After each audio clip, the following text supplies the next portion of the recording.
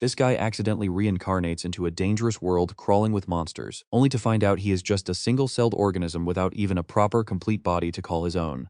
Talk about hell mode. Starting at the absolute bottom is just brutal. But luckily, with his pretty insane decomposition ability, he can absorb and digest absolutely everything around him. Every single decomposition shoots his stats through the roof and awakens overpowered skills. He can even summon clones to farm monsters for level ups, or control dead bodies like a budget Hokage who is just missing a coffin. While others fear being parasitized by tailed beasts, this guy reverses the roles completely. Even Naruto would be calling for tips. Deep inside a gloomy, toxic swamp forest, a strange creature slowly wakes up. Surrounded by buzzing insects and glowing phosphorescent lights, he confusedly wonders where on earth he is, and what kind of reincarnation leaves him stranded in a gross swamp. Blurry memories slowly return of him reading manga in bed last night before drifting off. Confronted with the harsh reality, he is absolutely shocked to realize he died suddenly and reincarnated into another world. Although he starts to panic, he quickly calms down and accepts his new reality to survive. He tries calling out into the empty forest, asking if there is anybody out there. Only the eerie silence of the deep woods answers, making him think that quiet is probably safer. Inhaling the damp, toxic air, the creature finds himself feeling strangely comfortable.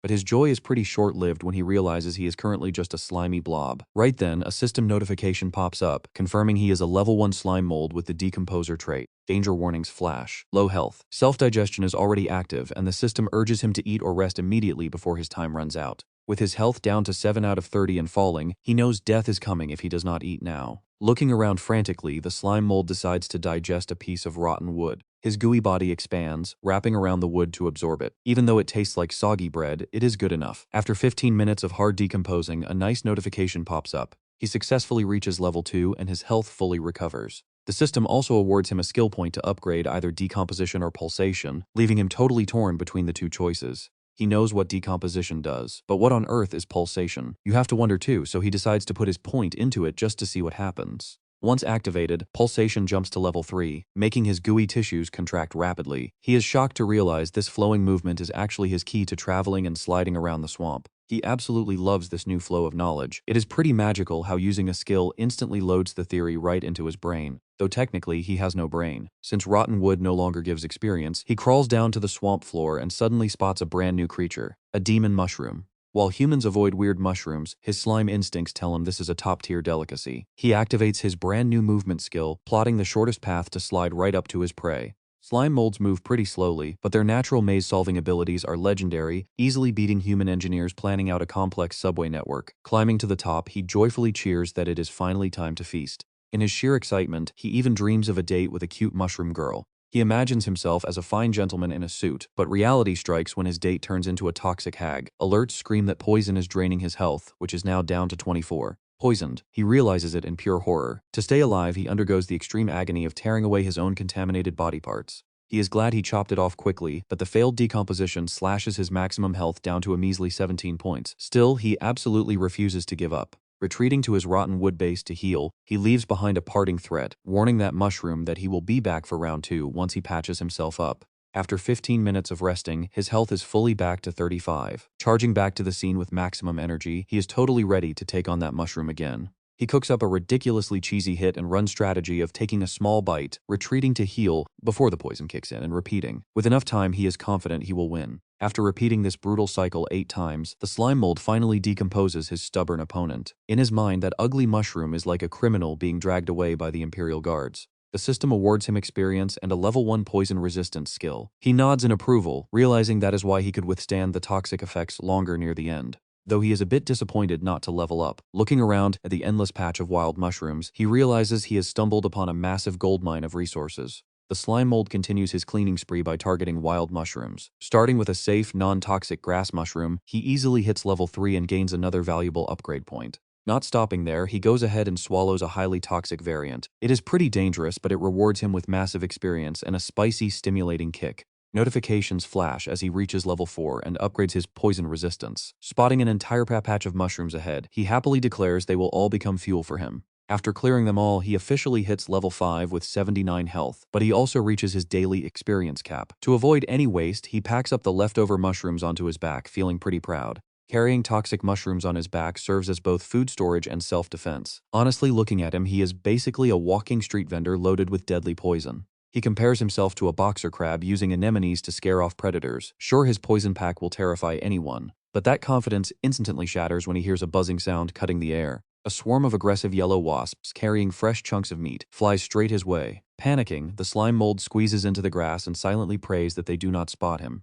Just then, a long tongue whips out and snaps a wasp into the mouth of a newly arrived giant spotted frog. Instead of fleeing, the angry wasps immediately organize a counterattack and surround the giant beast. He holds his breath. From his hiding spot, he watches the show unfold as the giant frog whips its tongue out, but those aggressive wasps are not backing down. They sting and bite maniacally. Honestly, watching this chaos, you just know our slime is already planning to swoop in and steal the leftovers. Both sides end up dead or heavily injured. He can easily skinch the scraps. After all, digesting real animal carcasses yields far more experience than rotting wood or basic mushrooms. The battle reaches its climax when the frog unleashes its ultimate trump card. Its tongue whips out like a steel lash, sweeping up and swallowing multiple yellow wasps in a single snap. He stays absolutely still in the dense bushes, closely watching every single move of the victorious frog gulping down its prey. Before the frog even finishes swallowing, a massive shadow looms. A giant snake lunges at the frog, but out of nowhere, an enormous bird of prey dives down, clutching both of them in its razor-sharp talons. In that split second, the giant bird turns its head. It glares directly at the patch of grass where he is currently hiding.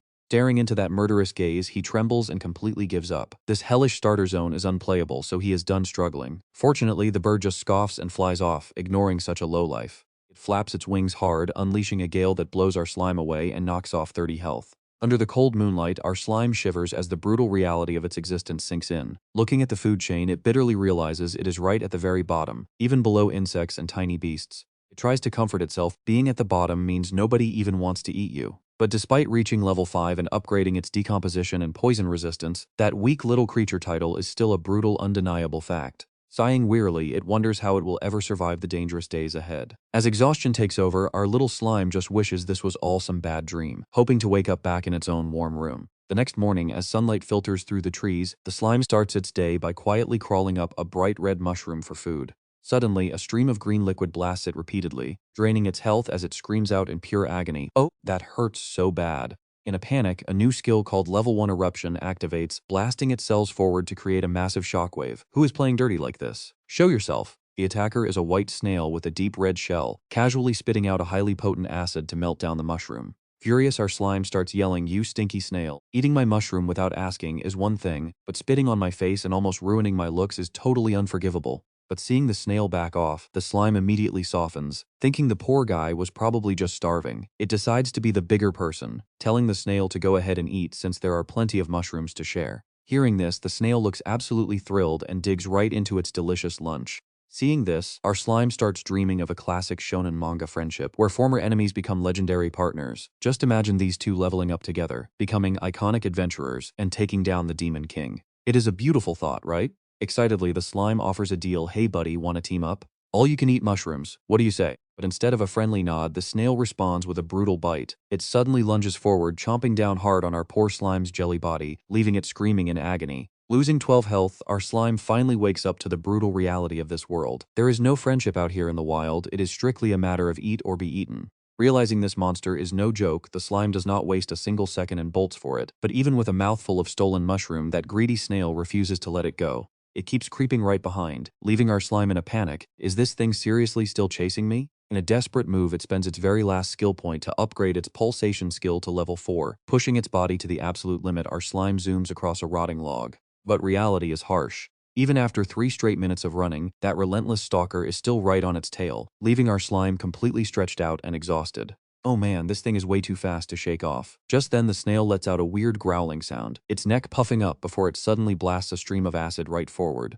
Taking a direct hit, our slime loses 27 health points. Its jelly body begins to sizzle and smoke from the corrosion, but even through the blinding pain, it knows survival has to come first. Now the snail reveals its true colors as a terrifying predator, opening a mouth packed with jagged, razor-sharp teeth and charging in. It ruthlessly bites down, sucking away our slime's precious body fluids. Pinched and helpless, the slime grits its teeth. "Fine, go ahead, but revenge is coming." The snail keeps attacking, eyes glowing red with murderous intent. But right in this life-or-death moment, our slime spots a highly poisonous purple mushroom nearby and hatches a crazy plan. As the beast opens wide for the final chomp, the slime screams, activating its eruption skill with everything it has left to shove that poison mushroom straight down the snail's throat. Choking violently, the snail can only let out muffled gasps as the deadly toxins instantly kick in, sending thick black veins bulging across its entire body. It twitches violently before collapsing dead. The system immediately pings target defeated, level 6 reached and bonus enhancement points acquired. Looking at the dead beast, our slime finally exhales in relief. It worked! Just as it suspected, despite having all those sharp teeth, the snail had to use acid to melt mushrooms because it has 0 poison resistance. Laughing proudly, our slime celebrates its very first victory in this fantasy world. Now it can't help but wonder what kind of insane rewards it will get from decomposing a real monster. But the second it touches the corpse, the sticky, slimy snail meat makes its stomach turn. To build up some courage, it tries to pretend this is some high-end gourmet steak before starting to decompose it. With just one tiny taste, our slime immediately gags from the absolutely horrific flavor. It is a nauseating mix of salty and sour, with a gross texture that feels exactly like eating snot. Right on cue, the system warns that stopping now means wasting all its hard work, leaving it with absolutely 0 experience points. Torn between wasting a valuable resource or pushing through the pain, our slime hesitates. But in the end, its desperate drive to grow stronger and survive wins over its disgusted taste buds. Telling itself to swallow or starve, it forces down the nausea to finish absorbing its foe. Honestly, you have to respect the grind here. After an agonizing struggle, the victory screen finally pops up. With the decomposition complete, our slime hits level 7, fully restoring its health. Talk about sacrificing your taste buds for power. Even with its health fully restored, that awful aftertaste still lingers. Checking its status, it now has 1.4 enhancement points to spend on its current skills. But it bitterly realizes all its skills are purely defensive. Decompose is just for eating, pulsation and eruption are for fleeing, and poison resistance is just for taking beatings. It screams in despair over having 0 offensive skills to protect itself. But realistically, as a tiny fragile slime, even if it had a strong attack, it still wouldn't dare fight high-level monsters. After some self-comforting, the slime prioritizes safety above all else, spending its points to upgrade its pulsation skill to level 4. The moment the skill activates, it feels a massive surge in its movement speed. Without wasting time, the slime dashes off to test exactly how fast it can go now. Speed is now 20 centimeters per second, a sad milestone that is literally snail paced. But hey, it is still better than nothing. A peaceful week passes with our slime quietly munching on mushrooms to build strength. But looking at the bare, decaying log, it realizes this safe lifestyle cannot last. Its food supply is nearly gone. Knowing its body limits now, it is finally time to find a new home. But first, the slime decides to trigger its detection skill for one last feast. By flattening its body and spreading out thin spiderweb threads, it can scout multiple directions at once. The scanning range scales directly with its health and total cellular mass. More health means a wider web, and immediately the notifications roll in it. Successfully harvest 3 white mushrooms And 6 small straw mushrooms. Thanks to mastering its body manipulation, our slime mold can now scout the area while simultaneously digesting prey to optimize its leveling efficiency. As it gulps down some white-spotted green mushrooms, it doesn't just gain extra experience points, but also successfully upgrades its poison resistance to level 4. But right when it's happily sweeping up everything in sight, it suddenly slams hard into a round, reddish-brown object. The system warns that the target cannot be digested. The impact makes the slime mold groan, losing 9 health points. It quickly realizes this is its old enemy. Talk about a small world, it's you again. Before it can even recover, a stream of bright green acid suddenly rains down from above. Although it quickly dodges, our slime mold still gets burned and loses 7 more health points. It tries to stay calm, telling itself that it's pretty lucky its speed increased. The attacker this time is another snail, but its speed and sheer aggression are way beyond the previous one. Even though it feels the power gap, our slime mold confidently declares that there is no way this slowpoke can ever hit it again. But right as those words leave its mouth, boom! A devastating impact blasts its body, wiping out 33 health points in a flash. Talk about instant karma. In this absolute do-or-die moment, our slime mold pulls off a wild counterattack, stuffing a toxic purple mushroom deep down the snail's throat. Turns out that devastating hit was just a clever decoy to get close to the enemy, because the slime mold knew all along that the enemy could only land a hit if it allowed it, having completely exposed the snail's weakness. Finishing it off is now easier than ever, thanks to this crucial information advantage. The digestion process finishes quickly, yielding a massive wave of experience points that boosts our slime mold straight up to level 11. Though it still finds the taste of monster meat pretty disgusting, there is no denying the incredible leveling boost this food source provides. Burning with newfound motivation, our slime mold hits the road to explore once more. Suddenly, a rustling noise echoes from the bushes. Confident it's just another easy target, our slime mold yells out, "Hey snail, get over here and stop hiding from your daddy." But the creature that crawls out isn't some slow snail. It is a massive, heavily armored, blade-leg centipede with dozens of razor-sharp legs that look like literal swords. Facing the terrifying aura of this new predator, our slime mold shakes in absolute horror. Oh crap, how do I escape a monster like this? Without a second of hesitation, the centipede charges forward, launching a flurry of wind-slashing attacks. Terrified, our slime mold flings poisonous mushrooms to defend itself, begging the monster to stay back. But its old tricks fail completely as the mushrooms are sliced to ribbons by those razor-sharp legs. Capitalizing on its advantage, the centipede unleashes its thousand-leg strangle skill, wrapping tightly around the slime mold's gooey body and squeezing with massive force. Sharp blade-like legs plunge deep into the gooey mass, severely deforming our slime mold's body. But even in this seemingly hopeless situation, the clever slime mold flashes a triumphant grin. It realizes this is a dream matchup since its fluid body is completely immune to sharp weapon strikes. While the centipede struggles in vain, our slime mold begins to expand, wrapping around the predator and absorbing it instead. Gladly accepts this massive delivery of free experience points without any hesitation. After the battle, our slime mold resumes its journey, encountering various other creatures like beetles and bees along the way. It starts viewing the forest through the eyes of a confident hunter, even finding those weird insects to be pretty good looking in a strange way, though it regrets not being able to reach the flying targets high above. Although it bypasses a few creatures that aren't a good match, our slime mold's leveling journey is going incredibly smoothly. In no time at all, it reaches level 13 with its stats and skills massively boosted. While munching on a delicious red mushroom, our slime mold happily hums to itself. Eating meat sure makes me level up fast. I am an absolute genius, la la la, this tastes so good. Staring proudly at its rapidly growing food chain diagram, the slime mold decides it is time to upgrade the menu, suddenly craving some juicy frog legs. Standing proudly atop a pile of defeated creatures, it laughs with pure arrogance. It thinks to itself that once the toughest early stage is cleared, the grind from 1 to 100 will snowball naturally.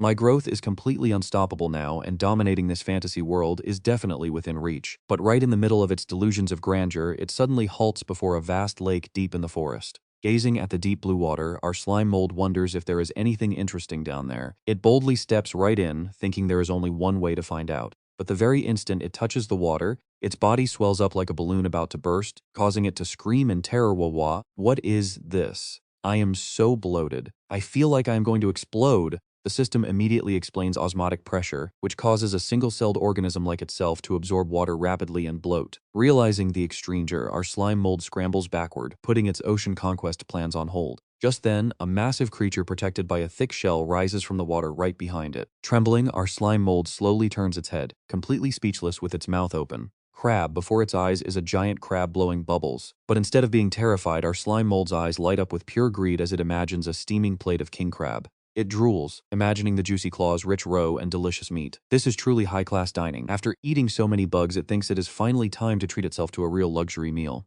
It immediately puts on a sweet voice to make friends. Hello.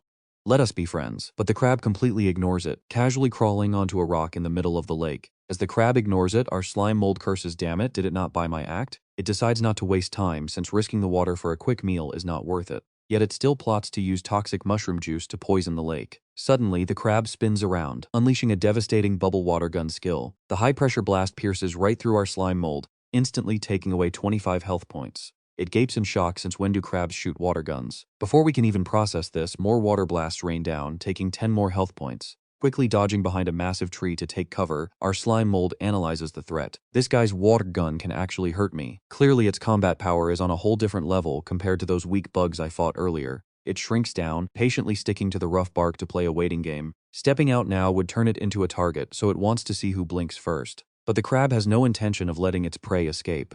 Armed with massive claws and a heavy shell, the monster approaches the tree menacingly. Suddenly, the crab bursts forward with incredible speed, using a dash skill to charge straight at the spot where our slime mold is hiding. Shocked by this sheer aggression, our slime mold panics. Does it seriously want to eat me? Terrified, it finds itself cornered, so it quickly gathers its strength and scrambles straight up the tree. While climbing, it sighs at the ironic twist of becoming the prey instead of the hunter. Still, it quickly plans to use the thick branches as shields to completely block the enemy's water gun line of sight. But its terrible luck isn't over yet. A purple spider with glowing red eyes suddenly blocks its path, hissing aggressively. Already stressed from dealing with the crab below, our slime mold snaps, "You scared the life out of me, it is just a spider. Get lost, I am pretty busy right now." Seeing the spider stubbornly block its path and provoke it, our slime mold warns, "Listen, do not push your luck. I have eaten plenty of weak bugs like you." Ignoring the threat, the spider suddenly unleashes a limb slash skill, using its sharp legs to deliver a devastating, wind-cutting strike right into our slime mold's gooey body. The hit drains 30 health points, leaving the slime mold dazed and unable to believe its eyes. Am I not immune to sharp weapons? Is this a game bug? Report this to the admin immediately. The level 16 spider monster with level 8 swordsmanship skills begins to viciously tear into the slime mold. In this critical moment, a powerful stream of water shoots up from below the giant crab's bubble water gun. Our slime mold realizes with absolute dread that it is trapped between a spider and a crab as its health bar drops by another 17 health points. It groans in agony when it rains. It really pours. What terrible luck. Backed into a corner, our slime mold can only watch helplessly as the crab below continues to rain down water blasts directly at it. Talk about lucky. That water gun blast only grazes our slime and flies straight at the spider. Talk about catching stray fire. The poor spider gets hit out of nowhere and loses a leg instantly. Absolutely furious, the spider immediately counters with a web shot skill. A massive stream of white silk shoots out at insane speed, wrapping tightly around the crab's thick shell and pinning the aquatic predator flat to the ground. Giving its foe no time to recover, the spider lunges down with a powerful leg slash. But the crab is quick, activating its shield shell skill to block the freezing cold strike. The battle gets incredibly fierce as the crab swings its massive claws, snapping over and over to shred the air, but the spider plays it smarter, using its web manipulation skill to lock down the crab's weapons. Watching them beat each other to a pulp, our slime happily tells itself to just sit back and enjoy the show. Meanwhile, the crab starts losing ground, foaming at the mouth in pure agony. The crab still tries to swing its claw for one final desperate strike, but the pink spider easily leaps backward, dodging the weak retaliatory attack with room to spare. By now, the crab's massive claws are completely bound by countless layers of silk from the spider's control skill. The tiny spiders coordinate perfectly, leaving the giant crab fully paralyzed, foaming helplessly in total defeat. Seeing this, our slime smugly jokes that the crab is basically tied up and ready to be steamed. But just as the spider is about to celebrate its victory, a wild variable enters the mix. Deep within the crab's underbelly, a deep blue energy begins to gather and explode. High-pressure water jets shoot out like razor-sharp blades, slicing through absolutely everything in their path. Oh man, the pink spider has zero time to react. The powerful blast blows it away and shreds it to pieces. Our slime screams in total shock. Survival instinct just kicked in. After releasing that devastating attack, the crab collapses in total exhaustion. It lies motionless in the wreckage, surrounded by the scattered pieces of the shredded spider. Sensing the quiet, the slime sneaks out of its hiding spot, wondering if that crazy spraying is finally over. It uses its teleport skill to quickly close in on the weakened prey, mockingly asking if it ran out of steam. Now it's the slime's turn to get a meal. Still taking down an opponent with a shell this tough is not going to be easy. The slime weighs every option, from using poison mushrooms to choking the beast, but none of it feels fast enough to prevent the crab from recovering. That is when it spots a massive boulder nearby and cooks up a totally wild plan. It tries to pull the boulder into its storage space, but the system immediately warns there is not enough room. The slime realizes its inventory capacity is directly tied to its health points. But right now, its stockpiled mushrooms are taking up way too much space. With no other choice, it frantically spits them all out, dumping the trash to make room for the rock. Once its storage is cleared, the massive boulder is finally absorbed. But carrying that massive rock completely deforms its squishy body. Groaning and complaining about how ridiculously heavy it is, the slime slowly drags its new ultimate weapon toward the exhausted crab. Time to collect the loot. Crawling to a high spot, it suddenly releases the boulder right above the target. The struggling crab has no chance with its shell already cracked, as the slime looks down triumphantly. With a massive crash, the falling boulder crushes the target instantly. The system announces that the three-way battle is officially over, with our slime crowned as the ultimate winner. It officially hits level 14 and gains extra skill enhancement points. Laughing proudly, the slime declares it is dinner time as the delicious golden crab meat lies completely exposed before it. With zero hesitation, it digs into the feast, deciding not to stand on ceremony. The slime gobbles down the juicy crab meat, crying tears of pure joy as the fresh flavor explodes. Compared to rotten wood, moldy bread, or slimy snails, this is easily the first taste of culinary heaven it has experienced since being reincarnated into this world. Upgrading from garbage to a 5-star buffet, it vows to do whatever it takes to survive and find more delicacies in this world. After licking clean every single bite of nature's gift, the slime lets out a long, satisfied burp. At level 14, its max health officially reaches 168, with both decomposition and pulse skills getting a massive upgrade. Feeling completely re-energized, the slime decides it is time to try a pretty bold experiment. Standing in the grass, it tenses its entire body and squeezes with all its might, grunting and making the most ridiculously strained face ever.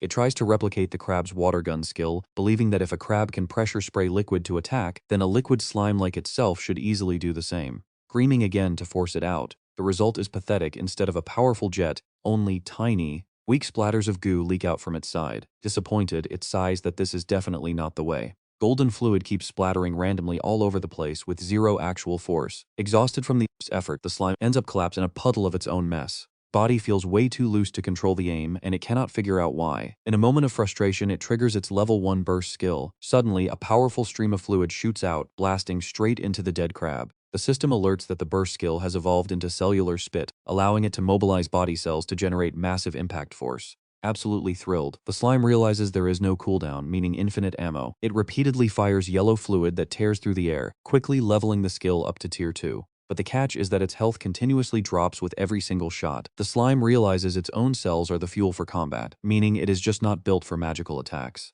A bit disappointed, it goes back to the basic grinding path of absorption. But then a crazy thought hits: if eating others makes it grow, what happens if it eats its own split-off body parts? Eating yourself is kind of creepy, but it finds a stray blob of slime left over from earlier and decides to use its reclaim skill on it. As soon as the lost tissue is absorbed, it gets back all the experience, memories, and health spent, even boosting its max health by 30 points. Weird memories from the split-off blob flood its mind, which feels completely bizarre since it does not even have a real brain anymore. It realizes that its severed body parts can actually harvest resources on their own without its conscious control. When reclaimed, they pass all the gathered experience and health points right back to the main body. Talk about a massive game exploit.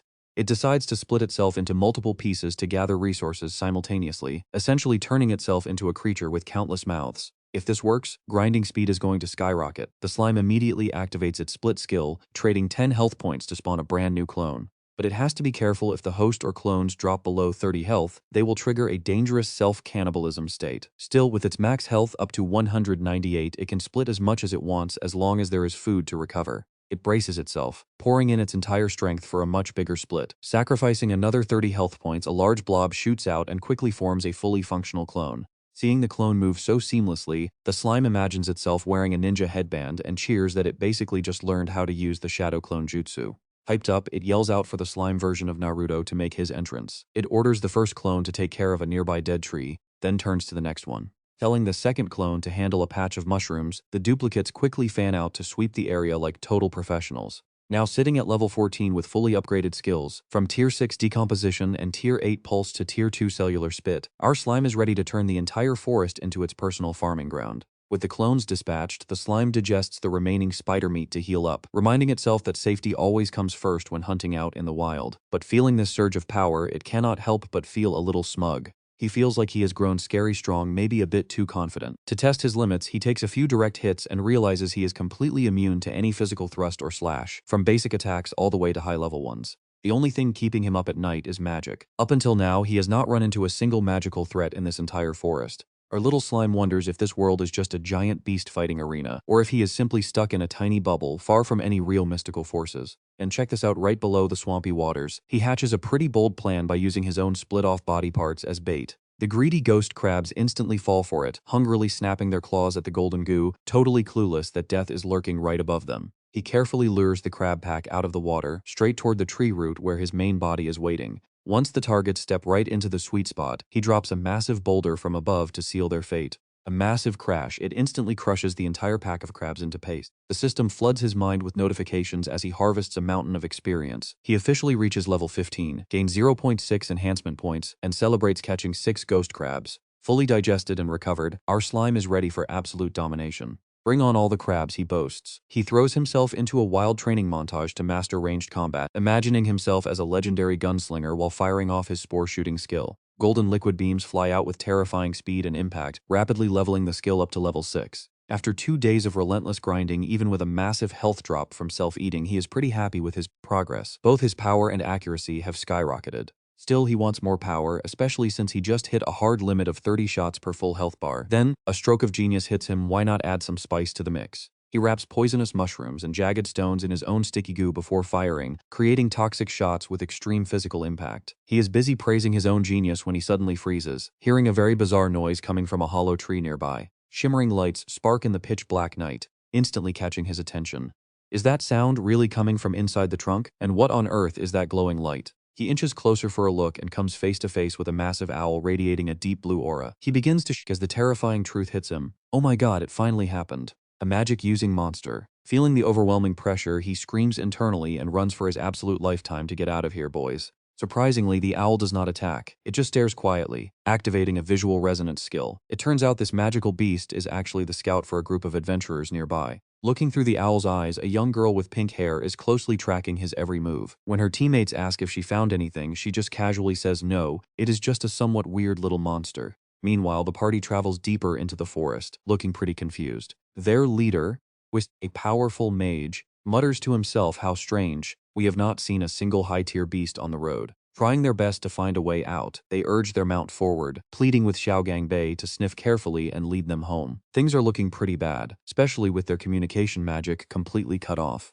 Shivering behind a nearby tree, our slime realizes he has been spotted. Oh no, he thinks. That gaze pierced right through my soul, I cannot hesitate for a single second. He books it at full speed, knowing this is an opponent he absolutely cannot mess with, but when a wide river blocks his path, he is left wondering how to cross safely. Desperate times call for desperate measures, so he decides to use some high school physics. Activating his spore shooting skill, he blasts a heavy shot backward, launching himself like an arrow across the water. The landing is absolutely brutal, costing him 80 health points, but his goal is achieved. Crawling exhausted into the deep woods, he pants heavily, hoping he is safe by now. To recover, he munches on rotten branches while reflecting on how badly he just got spooked. He realizes that even though he is pretty strong for his rank, facing a higher tier enemy would still get him killed instantly. And oh boy, you are not going to like this. A massive shadow with glowing red eyes suddenly looms behind him, radiating pure bloodlust as our slime freezes in terror. This pressure is somehow even more terrifying than the giant owl from earlier. Trembling, he slowly turns his head,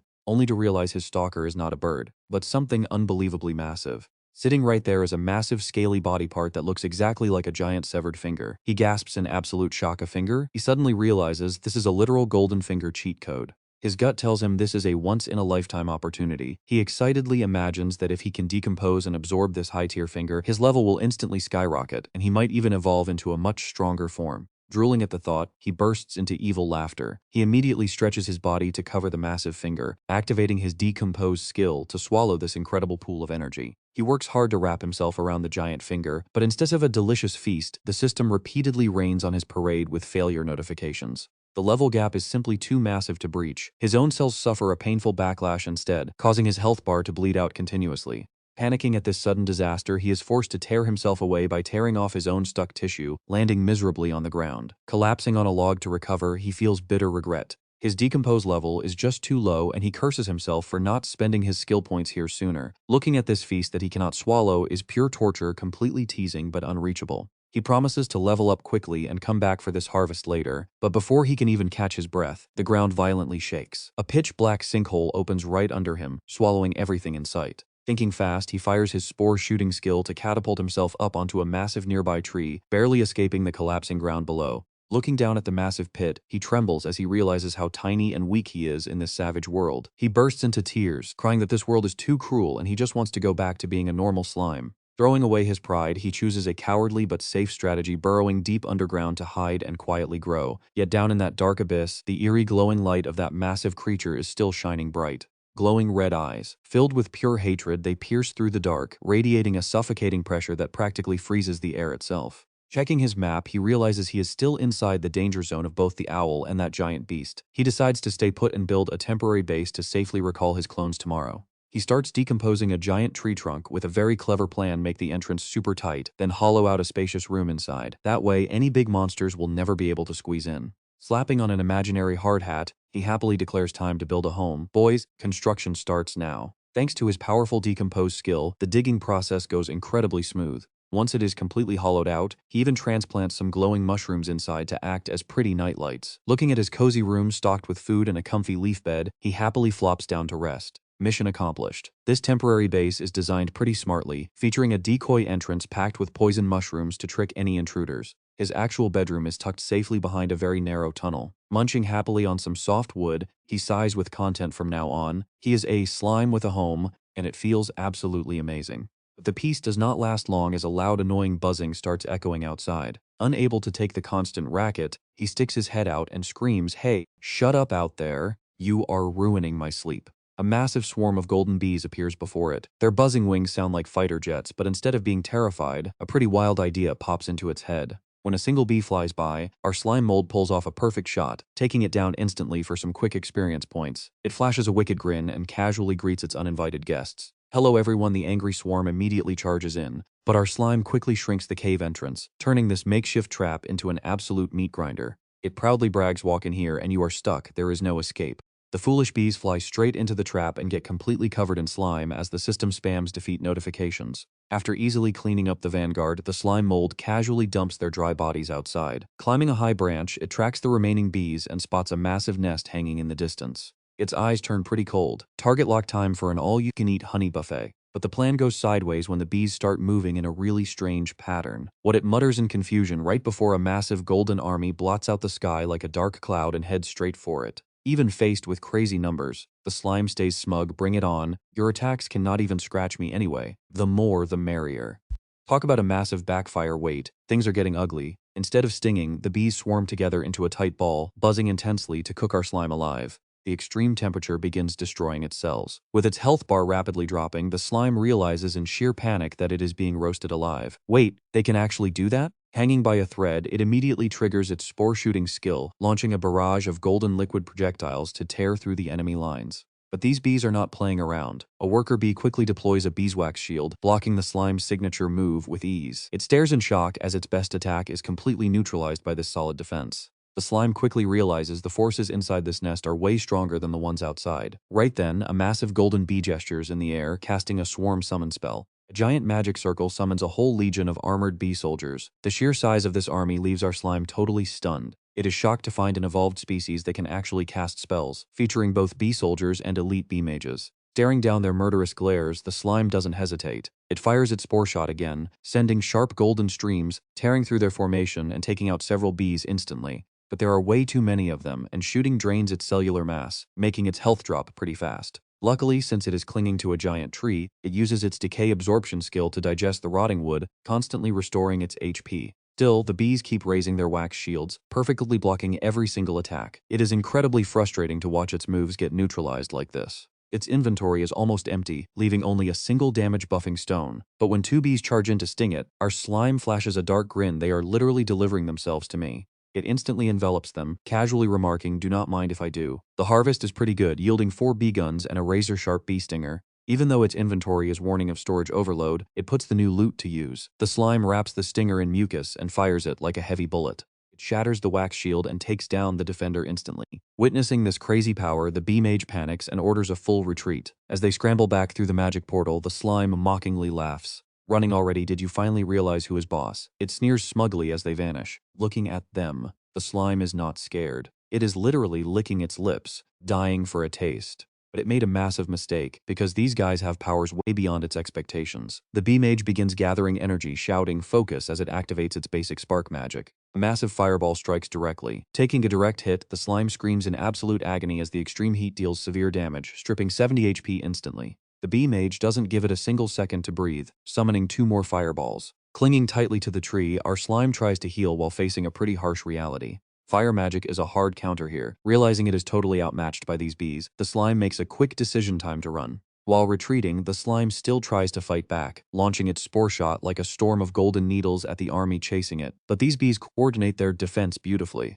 2 bee soldiers immediately jump in front, combining their skills to activate a double wax shield. A sturdy hexagonal barrier appears, completely blocking our slime's counterattack. And I do not blame it for crying hacks. This boss is seriously overtuned. While our slime looks for an exit, the bee mage raises its staff once again. It starts sketching a new magic circle, coldly calling in reinforcements. The golden swarm rushes forward to corner it, buzzing furiously and demanding it to crawl out. Among them, kamikaze bees begin detonating their own bodies, unleashing highly powerful consecutive explosions right on the tree trunk, blowing our slime away in a thick cloud of smoke. Landing on another branch, the slime feels violent shaking. The bee mage watches coldly from above as worker bees frantically saw through the wood it is holding onto, sending our slime plummeting through the air. Standing in the glowing magic circle, the bee mage gathers all its magical energy and bellows a single word: focus. A massive fireball condenses, radiating an intense heat wave that makes the entire forest feel like an oven. The monster swings its staff, launching the blazing projectile straight at the slime. The blast swallows both the slime and the worker bees, erupting in a terrifying explosion. The sheer pressure blows everything away, scaring a nearby frog in the pond into croaking in shock. As the thick smoke clears, the bees look around in utter confusion. They search everywhere, but there is absolutely no sign of their enemy left behind. The bee mage breaks into a cold sweat, realizing something is terribly wrong right under its nose as the target vanishes. Suddenly, our slime appears right behind a massive tree, launching a devastating sneak attack. Grinning wickedly, it envelops and tears apart the surviving workers. Too late, your main army is outside. A few weaklings cannot stop me. This decoy strategy worked perfectly. Turns out, our slime had secretly spread its cellular mass right through the tree core. It quietly carved out a secret shortcut leading directly into the bee's nest. This shedding skin trick worked out beautifully, even though it had to sacrifice 150 HP to create a decoy body. While the foolish swarm focused all their firepower on a fake clone, its real body had already slipped through the underground route to infiltrate deep inside their hive. The moment it reaches the interior, the slime activates its scanning skill, spreading out sticky sensory threads to sweep every corner of the hive. Its network quickly covers the hive, passing nurseries full of larvae, but it shakes its head. Just normal eggs. Let's find the good stuff. Moving deeper, it stumbles onto a stash of glowing golden honey. Oh, the honey chamber, but with a much more important target ahead. It fights the urge and casually crawls even deeper into the darkest basements of the hive. Suddenly bursting from the pile of rubble, the slime squeals in pure excitement. Hello, queen. I am here to visit your home. Right in front of it sits a massive, plump, golden queen bee, completely absorbed in munching on her food. At that exact moment, bee warriors with glowing red eyes and armed to the teeth begin surrounding this threatening little intruder. Wasting absolutely no time, the slime leaps forward, using its sticky, slimy tentacles to tightly bind the massive body of their leader. It loudly barks an aggressive order to the swarm of bee soldiers pointing their heavy spears and shields. Do not make a move, your queen is in my hands. The queen bee shrieks in intense pain, throwing the entire bee army into absolute chaos and fury at this incredibly bold hostage situation. Seeing that the bees have no intention of backing down as they keep closing in, the slime coldly declares negotiation over, time to say goodbye. And just like that, it completely obliterates the queen bee. Talk about a brutal move. Witnessing this horrific sight, the worker bees can only buzz in complete shock. Without their leader, the entire hive descends into absolute chaos, and the bees begin dropping like flies. Standing over the lifeless corpse of its enemy, the slime shrinks back to its tiny size and calmly analyzes the situation. The queen bee is basically the mothership kill her, and the entire swarm automatically collapses. Watching the dying warriors twitching on the ground, it quietly reflects to itself. I actually wanted to negotiate with them, but it seems that even with a social structure, low-level monsters still only act on pure instinct. Under the dim moonlight, the system repeatedly sends congratulatory notifications as the slime officially levels up to level 21 after wiping out the entire hive. Thanks to absorbing a massive amount of nutrients, its health temporarily breaks past its limit to reach 918. Along with its weak plant title, its pulse skill has reached maximum level while decomposition climbs to level 7.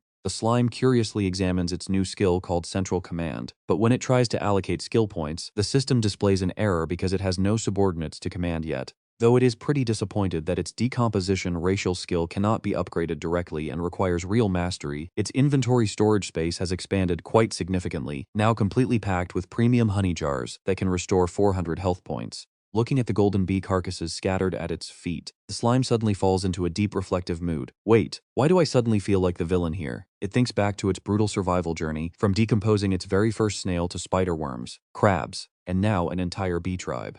Every single level up was paid for with the lives of other living creatures. In its vivid imagination, a sad little crab named Little Crab sits alone, waiting for his father to return. Why is Dad still not home yet? Didn't he promise to play games with me tonight? He lied to me again. In the memories of this little crab, his father was a model figure, always busy handling work and clients just to provide for the family. Mother Crab gently comforts him, explaining that father works hard for them and he needs to understand. But as the clock strikes late into the night with no sign of him, she anxiously takes her son out to search. It is late and he did not call. Could he be drunk on the way back? Little Crab, let us look for him. They walk, singing softly to avoid disturbing neighbors, until they spot a familiar figure stumbling down the end of the road, and Little Crab squeals with pure joy. It is Dad! The excited Little Crab dashes straight toward him, calling out that home is this way. You are going the wrong way. Mother Crab smiles and tells her son to help his father, thinking he is just drunk. But as the shadow slowly turns around, a slimy, green monster with glowing red eyes appears and delivers a cold, brutal line. Hey kid, your dad just ended up in my stew pot and he tasted absolutely delicious. That agonizing scream of the little crab tears through the silent night. Honestly, it is hard not to feel bad for them here. The slime screams in sudden horror. Oh no, I have become the villain. Shaking its head, the slime sighs deeply, trying to push away these random, ridiculous thoughts. I am still a human at heart, just in a slightly different body. It realizes that in this dog-eat-dog world, if you are not the hunter, you quickly become the prey. That is the unchanging law of nature. To survive, hunting and decomposing is the absolute only option. It reminds itself that basic resources dictate your mindset, so focusing on immediate survival must come first. The slime decides to retrieve the clones it released early this morning to see if any unexpected surprises are waiting. Sliding through the thick foliage, it suddenly freezes upon spotting a flickering campfire in the distance. Approaching curiously to investigate, it is left absolutely and utterly stunned by what it sees. Could it be humans? Let me take a look. Hiding behind a thick bush, the slime confirms in shock that yes, they really are humans, a group of adventurers resting around the campfire.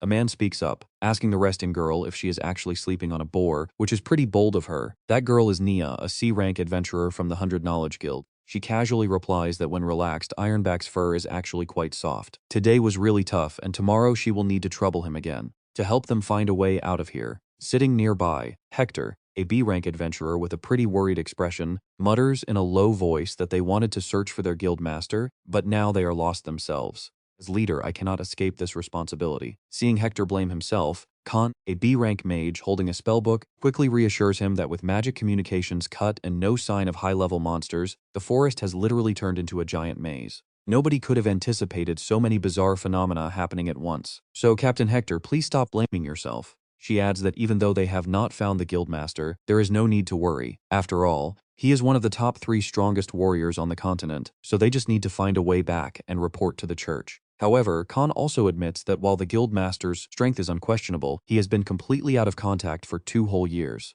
Rumors are spreading that the 100 Knowledge Guild is suspected by the church, and the guildmaster's disappearance might be linked to a secret mission from the Pope. 10 years ago, Master Ghost founded the guild with the ideal of no racial or class discrimination. All resources were shared equally. It was this rapid growth that made the church incredibly jealous. Hector recalls that 2 years ago, Ghost entered this swamp forest and vanished without a trace. Without their leader's protection, the guild slowly fell apart under pressure. Indebted to Ghost for saving his life, Hector was determined to form this search party to find him, and he sincerely thanks Nia and Khan for being the only ones to answer his call. Nia sighs, admitting that if Ghost had not founded the guild, an outcast class like her could never have become an adventurer. Lying lazily by the fire, her hand never leaving her magic book, she casually teases him. You can control mid-tier monsters, so other guilds would fight over you. If something happened to Ghost, you would easily find another home. This touchy subject makes Nia snap, yelling at Khan to shut his mouth and go to sleep. Seeing his partner flare up, Khan quickly backs down, apologizing and telling her to forget he said anything.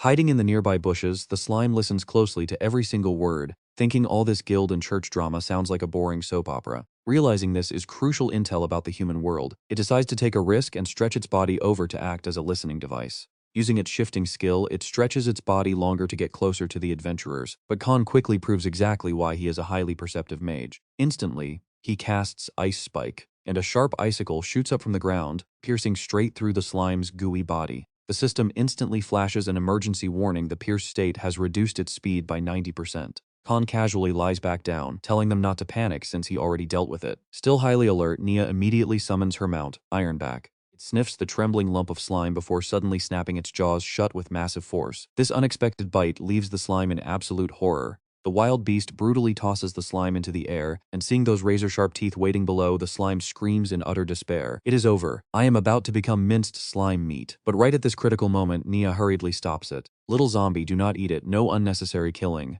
This is just a harmless little monster passing by. Let it go. Hearing its master's command, the beast grumpily spits the slime mold back onto the ground. Nia gently picks it up, staring with absolute warmth, before softly asking if they have met somewhere before. She feels this strange familiarity and asks the little creature if it wants to form a monster contract. Touched by her gentleness, the slime mold practically cries tears of joy. It screams inside, crying out that she is like an absolute angel, and it has finally found its fated connection in this strange new world. It desperately wants this, but Captain Black immediately ruins the moment. He tells Nia not to waste time since they need to find their way out tomorrow, warning her not to waste mana on a low-level slime. This completely triggers our little friend. Who are you calling a slime? I am a noble slime mold, you blind fool. Nia reluctantly puts it back on the ground, quietly agreeing to drop it. Realizing its voice cannot be heard, the slime mold feels a bit hurt. They obviously cannot understand its thoughts. To prove it is not some useless trash, it suddenly gets a brilliant idea. It activates its shift skill, transforming its body into complex veins to draw on the ground. This bizarre display makes Captain Black and Nia gasp in absolute shock, with Black telling Nia to look at this. The slime mold proudly thinks they must now realize it is an intelligent life form, but the harsh reality hits immediately. Staring at the drawings on the dirt, Captain Black wonders aloud if it is just taking a poop. He wonders what kind of high-quality slime does that, leaving Nia completely lost as well. The slime mold totally collapses at this tragic misunderstanding, suddenly realizing that people in this fantasy world do not speak Chinese. With communication a total failure, it worries that staying might get it branded as a freak monster and killed. It decides to back away, realizing trying to talk further is just too risky. If they think it is some dangerous anomaly, they will put it down, so leaving is best. Before vanishing into the dark night, it comforts itself with the fact that humans actually exist in this world. Under the crescent moon, the slime mold quietly slips back into the old forest, praying it will not run into that terrifying owl monster again. To gather its scattered pieces quickly, it triggers its core command skill. A glowing blue radar sweep erupts from its body, sending search signals deep into the quiet night. The sensing waves instantly lock onto the frequencies of its various clones scattered all over the forest. Oh, this is where the real fun finally begins. Wasting no time at all, our little friend charges forward like an absolute bullet through the thick bushes, feeling that strange connection grow stronger with every single passing second. Spotting a massive clone clinging to a nearby tree, the slime mold gasps in disbelief. Oh my god, that thing is huge! Just how many things did this part of me decompose to get this big? It immediately activates its recall skill to absorb the massive mass back into its body. The system screen flashes with good news as its experience and health points surge way past its maximum limit. Continuing its search, the slime mold absorbs more pieces, boosting its poison resistance to level 8 and officially hitting level 22.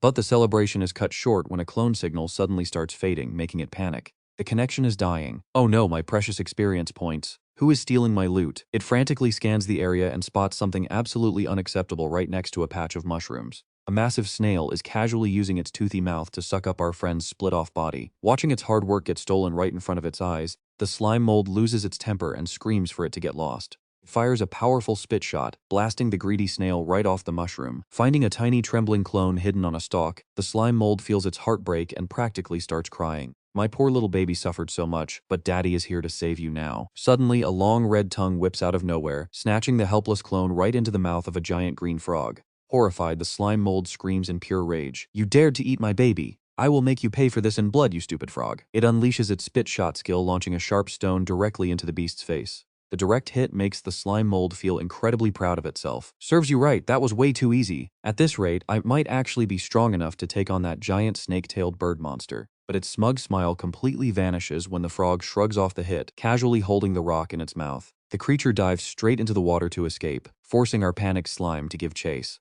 You think you can escape? No way, it lunges forward and clings tightly to a shoreline rock, determined not to let its target get away. The frog dives deep into the dark blue water while our friend desperately fires a rapid stream of spit shots. Unfortunately, they only make useless ripples on the surface. Staring at the calm water, the slime mold grinds its teeth in absolute frustration, muttering that revenge is a dish best served cold. Suddenly, the frog leaps back onto dry land, making the slime mold grin. Of course! Frogs are amphibians and need to breathe air, meaning this overgrown pest is officially dead meat. But the beast is no pushover, immediately launching a vicious physical attack with its razor-sharp maw wide open. The slime mold reacts in a flash, leaping high into the air to dodge the terrifying bite and leaving the frog snapping at empty air. It immediately retaliates with another devastating spit shot. A rock strikes the frog directly in the eye, blinding it and leaving it in too much agony to even close its mouth. Our friend stretches its gooey body, anchoring itself onto an ancient tree to keep its balance. It realizes the trick. Is this stupid frog baiting me into deep water? Not happening. Remembering its brutal lesson from the beehive, the slime mold knows that out in the wild, the line between predator and prey is incredibly thin. It tells itself to stay humble. Despite losing an eye, the crazed frog lets out a deafening screech and charges straight ahead. Prepares to fire another shot but panics upon realizing it is completely out of rocks. In this desperate moment, it decides to just wing it and charges its power, unleashing a massive torrent of glowing yellow slime directly at the enemy. The frog is completely drenched in the sticky fluid, yet it still snaps its jaws in a desperate attempt to swallow our friend whole. The slime mold gasps in absolute shock at this pure madness. Even weighted down by the thick slime, the beast displays unbelievable leaping power. It bounds up a tree and shoots out its long, sticky red tongue, wrapping tightly around our friend. The slime mold panics, terrified it is about to get stretched into sticky goo. The monster pulls with all its might, stretching the slime mold's elastic body out like a tight rope. Clinging to the tree bark for dear life, the slime mold fights not to get dragged into that gaping mouth of death. It screams in absolute panic as the tongue slowly pulls it closer and closer. But just before falling in, it grabs a sharp branch and jams it straight into the frog's open throat. The brutal stab forces the monster back, sending it crashing straight down into the deep swamp water. Exhausted, the slime mold hangs onto the branch, dripping with sweat after barely escaping with its life. That was way too close. It stares down at the lake where its opponent's body is slowly sinking into the dark depths. It sighs with deep regret, wishing the corpse had not fallen into the water since it cannot decompose it now. But wait, we are not out of the woods yet. Suddenly, a massive beam of white light erupts from the water, slicing the ancient tree right down the middle. The devastating force blasts the giant wooden trunk high into the quiet night sky. Rising from the swamp below, a terrifying pale white entity with blood-red eyes emerges, unleashing a terrifying sacred fall skill. The slime mold gasps in shock. Since when do frogs evolve into giant white sharks? The pale monster with shark-like teeth lets out a deafening screech, suddenly whipping out a blood-red lash that sends our friend flying. Free-falling through the air, the slime mold frantically stretches its body to grab a branch for dear life. It swings between branches like a ninja, reminding itself that a smart mold always avoids a losing fight. Realizing this frog has a ridiculously overpowered second form that radiates insane killing intent, despite being a low-tier monster, it decides to make a run for it. But the beast swings its bloodlash again, taking out a massive 199 health points. The system flashes warning signals about a foreign toxin, and its body begins to slowly dissolve. The slime mold is absolutely stunned by this dirty trick, realizing it is high-level venom and cursing the frog for hacking. But the monster is not done yet. It whips out its massive, terrifying tongue wrapping tightly around our slime. Before it can even react, it gets dragged straight down. The physical damage itself is barely a single point, but our slime totally panics once it realizes it is underwater. The system flashes constant warnings about osmotic pressure, urging it to escape immediately. Below, the giant frog monster opens its maw, one bite and it swallows the slime whole. Plummeting into the dark stomach, the panicked slime tries to teleport too late. Damage notifications flood the screen, draining 33 health points with every tick. It is absolute agony. The slime bitterly realizes that being swallowed drained all its energy, leaving it unable to use fission to split apart and escape. Hanging by a thread, the slime thrashes in the acid as the enemy croaks in triumph. Cornered. Time to go all out. Instead of fighting the burning acid, the slime begins frantically absorbing all the surrounding swamp water and stomach fluids straight into its giant body. The extreme osmotic imbalance forces the slime to swell up like crazy. It roars out in pure fury, "Eat me then, I will make you bloated until you literally explode." To survive this massive expansion, the slime starts chugging the golden bee honey stored in its inventory. Every single jar restores 400 health points, barely keeping its HP bar afloat. Its health and size balloon completely out of control, leaving the frog monster with zero time to react. Boom! A massive explosion rips through the swamp, completely obliterating the beast. The slime is now a colossal mountain of green jelly, towering over the muddy forest. The system spams congratulations for defeating the monster, awarding a huge amount of experience points and decomposing the beast to unlock new antibodies. Looking down at its giant new body, the slime gasps in absolute shock. "I am huge." Right on cue, the system confirms it has officially mastered the osmotic pressure regulation skill. Its health reaches a record 11,870 points. But this bonus health vanishes in just 1 hour. The slime realizes its massive size provides enough cell fluid to balance the pressure, an unexpected bonus. Watching the countdown timer tick away, it knows it has to take full advantage of this temporary superpower. Oh, get ready, because this is where the fun starts. Our giant slime lets out a sly grin, ready to play a sticky rolling game. Moving like a floating island, the giant slime begins sweeping through the swamp, pulling in easy kills and farming tons of experience. It dives deep underwater, targeting schools of swimming fish and lunging forward to scoop them up. While its giant size makes catching prey super easy, it quickly notices a major downside. Even with pressure adaptation, the water resistance is just too high, making every single step a massive struggle. Those fish are just too agile. Honestly, chasing them in the deep water is a giant waste of precious time. Deciding to change locations, the slime tells itself to head back to land, dragging its massive body out of the water. On the way, it spots 2 little otter monsters peacefully eating their fish. Wanting to mess with them, the slime suddenly looms over them with a friendly greeting. "Hey there, little guys. I am here to share your meal." The sudden sight of this massive jelly mountain scares them half to death, leaving them shaking. Without any hesitation, the slime declares, "I am taking these fish." It casually robs them of their dinner, leaving the poor little creatures covered in thick, glowing yellow slime. Seeing their sad faces, the slime softens up a bit. Since there are plenty of resources around, it decides not to overdo the killing. It lets the cute creatures go, proving to itself that it still has a human soul. But that mercy quickly evaporates when it spots a new target nearby. Oh look, there is one right over there. It is a tiny squirrel with glowing fiery eyes and a tail burning with actual flames. Facing the giant slime, the tiny squirrel shows zero fear, baring its teeth with angry squeaks. Suddenly, the little rodent unleashes a shockingly powerful fire bullet attack. The fireball explodes right on the slime, constantly burning its health down. Losing 60 points per second, the slime screams in agony. "Oh, fire magic is seriously effective against me. Cute, huh? Let me roast you and see if you are still cute." Realizing the squirrel actually wants a fight, the slime shrinks slightly, releasing a terrifying pressure.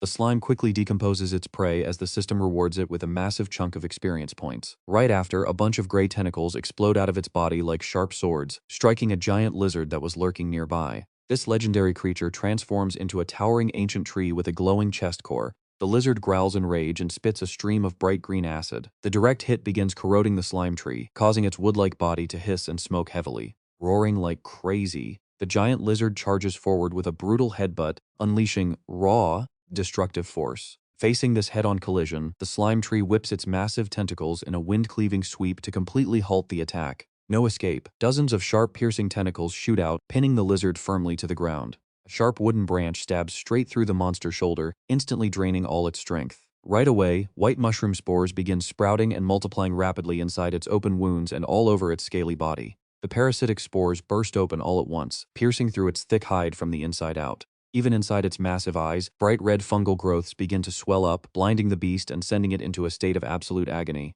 Before it can even process the pain, the giant slime delivers a massive, wind-splitting tail whip, tossing the huge lizard dozens of meters away like a discarded toy. Slammed down, covered in deep wounds, the stubborn lizard still tries to stand up amidst the ruins. It activates its heat-sensing ability, flicking its long tongue to pinpoint the slime by tracking the heat radiation flowing through the air. Once it locates the hidden slime, the lizard coils its back legs and leaps high into the air for a final lethal tail strike. But right from the wreckage, the slime fires a massive spear of concentrated liquid, impaling the beast from below before it can even react. The poor predator is left pinned to a rotting log, completely paralyzed as a wave of green slime rapidly corrodes and decomposes every single inch of its flesh.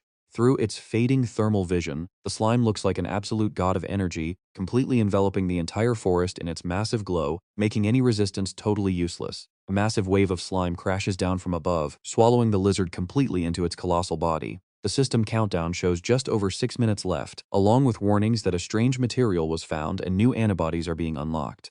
Towering in its giant form, the slime wonders about this mysterious object, but quickly shrugs it off. Whatever, let us just eat first, because once the timer hits 0, the power disappears. But wait, check this out, something is starting to feel very off. Even as the giant green ball rolls around devouring everything to use up its power, the slime starts doing some quick math. By now I must have rolled over dozens of different areas, right? It looks around in absolute shock, realizing the forest is still thick with trees as if nothing happened, gasping out in disbelief. Why is this place still so crowded? Wait, the ground is moving. Suddenly, a colossal black pillar pierces the night sky, surrounded by glowing, complex magic circles that light up under the full moon. A blinding flash sweeps past, leaving the slime completely paralyzed as it watches the massive magic array and a world-shaking explosion unfold in the sky. It mutters in disbelief, am I seeing things right now? Just then, the system drops a final prompt to clear out the leftover blood. With his time up, our slime's massive body deflates, pumping out thick clouds of white smoke everywhere. In a flash, that giant blob vanishes. Our little slime is back to his tiny golden one-eyed self. Looking at his tiny body size, His buff is gone, and he is just a little dough ball again. A summary screen pops up, making him gasp in shock. Wow, a reward screen after all that crazy action. Yours truly has officially hit level 49. This level up unlocks a title Weak Lord creature, while his health pool skyrockets to 2891. He smirks, thinking, what is this Weak Lord title anyway? Does this mean I am the boss of the playground? But the system warns him about nutritional overload. No more experience points for the next hour. Plus, he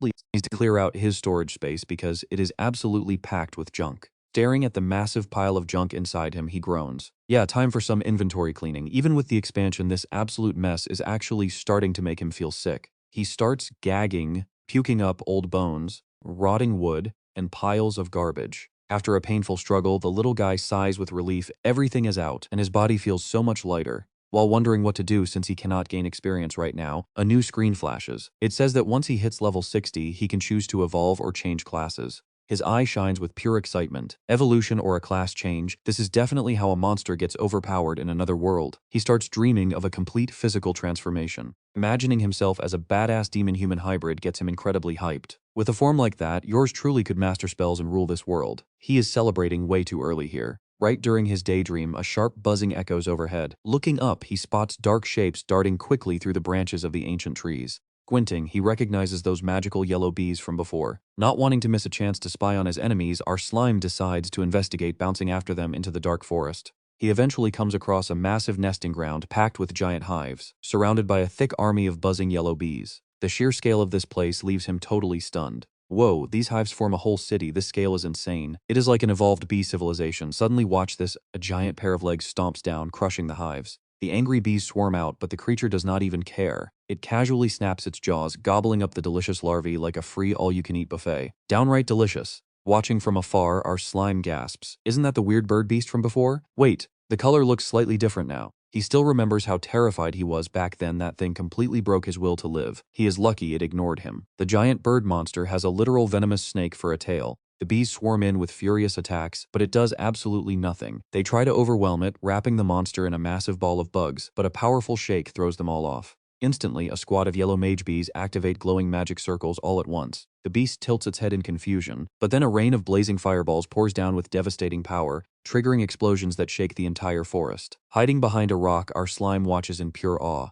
Are those bees using cheats? Caught in the insane heat, the giant bird glows red-hot as white smoke billows from its body. But instead of burning, its eyes flash with pure malice. It actually begins absorbing the intense heat from the flames. The bees watch in horror as the beast stands tall, now completely crimson. With a massive flex of its body, it releases a powerful shockwave, smashing surrounding hives. Using its heat-sensing ability, it easily locks onto its targets right through the thick smoke. Its snake head stretches out, snapping viciously as the helpless bees scream before being crushed. Dead bugs rain down like confetti. Our slime watches closely, figuring out the monster's exact strategy. So absorbing fire turns its body red, and it knows that wiping out the swarm gets rid of them permanently. This thing is actually smart. Look at all those free materials. Time to harvest. Suddenly, adventurers show up, tracking the magic signatures. Khan mutters in doubt. We track the energy blast, but is it just a mid-tier beast? Nia identifies it as a Talu beast. Captain Hack warns, do not drop your guard. That thing is definitely a Lord-class monster. Those humans are back. Are they really hunting this bird?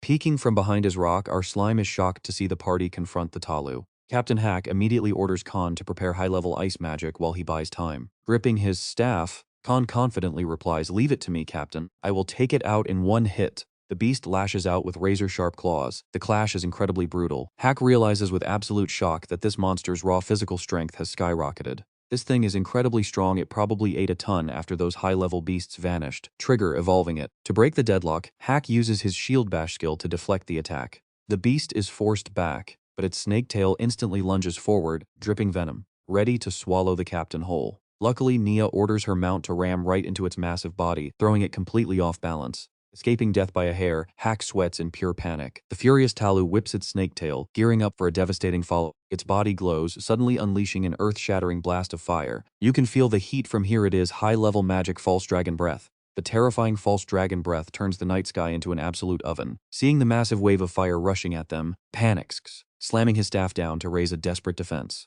A magic circle materializes, preparing a powerful high-tier defensive spell. Activating Ice Wall, a colossal barrier of ice rises up, barely stopping the roaring serpent of flame. Watching from behind a rock, our little slime is shaking in absolute terror. Oh my god. With this level of magic, even if yours truly grew huge, I would just be target practice. The intense heat cracks the ice wall and Khan grits his teeth in exhaustion. He realizes bitterly that his mana is drained, meaning he cannot cast high-level magic again anytime soon. Watching the clash, our slime cannot help but feel incredibly envious. I wish I knew magic. I would be unstoppable. Seizing the moment, Hack orders Nia and her armored beast to cover him. Nia immediately moves in. The armored boar fires a barrage of sharp spikes like a rain of arrows, pinning the beast down. Right after, Hack roars, unleashing 100% of his strength as he leaps high. The Talu let out a confused grunt, staring down at the sharp spikes buried deep inside its body. Channeling everything into his jump, Hack raises his massive weapon and yells out Meteor Hammer. The 1,000-pound strike slams directly onto the monster's head, cracking the very earth beneath them. Watching the bird head get completely crushed, Hack sighs with relief, declaring it is finally over. Watching from afar, Khan is thoroughly impressed by their leader's skill. The strength of this Talu beast was definitely on par with a high-level magic monster, as expected of our reliable captain. Hiding behind his rock, the slime quietly admires their teamwork. 1 + 1 really is greater than 2 when humans combine forces to defeat a stronger foe. Now is the perfect chance to cling onto him like a loyal pet zombie. Hack turns to Nia and barks an order. Nia, try reading the corpse's memories to see if you can find any clues about our missing president. But tragedy strikes instantly when the snake head of Zalo suddenly lunges forward, sinking its fangs deep to Hack's shoulder and forcing an agonizing scream from him. At that exact moment, the bird head they thought was dead miraculously stirs back to life. Nia reacts instantly, launching an ice spike straight through the snake's neck to free him, shouting out a desperate warning. The snake's venom is petrifying. Get the purification potion into the captain right now. Nia frantically tosses the bottle over. Captain, catch. Hack grabs it with trembling hands, pouring the liquid straight down his throat, but this desperate attempt to save him is already a second too late. He realizes the brutal truth with a jolt of sheer terror. His throat has already turned to solid stone. The venom spreads like wildfire, turning his flesh and skin a dull, lifeless gray. Within seconds, their brave captain is reduced to a silent, frozen statue right in the middle of the dark woods. Nia completely breaks down, screaming his name in absolute despair as she realizes things have spiraled out of control. Khan grits his teeth and drags Nia to her feet. There is no time to mourn. Nia, run! As she hesitates, he snaps at her. It is absorbing the captain's life force, and it is going to recover completely any second now. We have to retreat while we can. Behind them, Xalo lets out a low, menacing rumble. its glowing red eyes tracking them as they flee. Kun quickly gulps down a mana potion, grabbing Nia as they bolt into the thick woods. It sinks in that he completely misjudged this beast's power. It is not some common threat, but a highly dangerous high-tier monster lord. Khan tries to reassure Nia if they can escape within a week and get the church to send a royal priest, Captain Hack might still have a chance to be saved. But the massive beast is recovering at an unbelievable speed, forcing Khan to immediately take charge of the fight if they want to make it out alive. The giant monster roars with murderous intent, casting a suffocating pressure over both of them. Terrified, Nia asks him what their next move is as their hope starts to fade. Khan steals his resolve, telling her to save every bit of her mana so they can escape this awful place later. He will handle the rest. Gritting his teeth, he grips his staff tightly and unleashes a mid-tier spell, Ice Gatling. A barrage of sharp ice crystals fires like a hail of bullets, slamming straight into the monster's crimson scales and forcing a painful roar out of it. The relentless ice storm continues to beat down, but the beast refuses to budge, instead gathering a massive amount of heat in its glowing bird head. Hold on, the beast is about to unleash a devastating high-tier fire spell. Khan screams at Nia to ignore everything else and just run as far away as possible. Nia looks back in shock, not understanding what her teammate is planning in this desperate situation. But Khan knows that if someone doesn't stay to hold the beast back, neither of them will ever make it out alive. He turns back with a small smile, thanking her for the potion before channeling every drop of his remaining mana into one final strike. He activates a high-tier ice spell called Glass Barrier, raising a massive wall of ice to completely separate himself from Nia and block the raging explosive flames. Nia screams his name in despair, but his figure is already a blur behind the frozen wall as the raging fire engulfs him. Swallowing her tears, she urges her zombie pet, Steel back, to move faster so her teammate's sacrifice won't be in vain. Nia steals her resolve to survive at all costs and deliver intelligence about this eerie forest back to the church.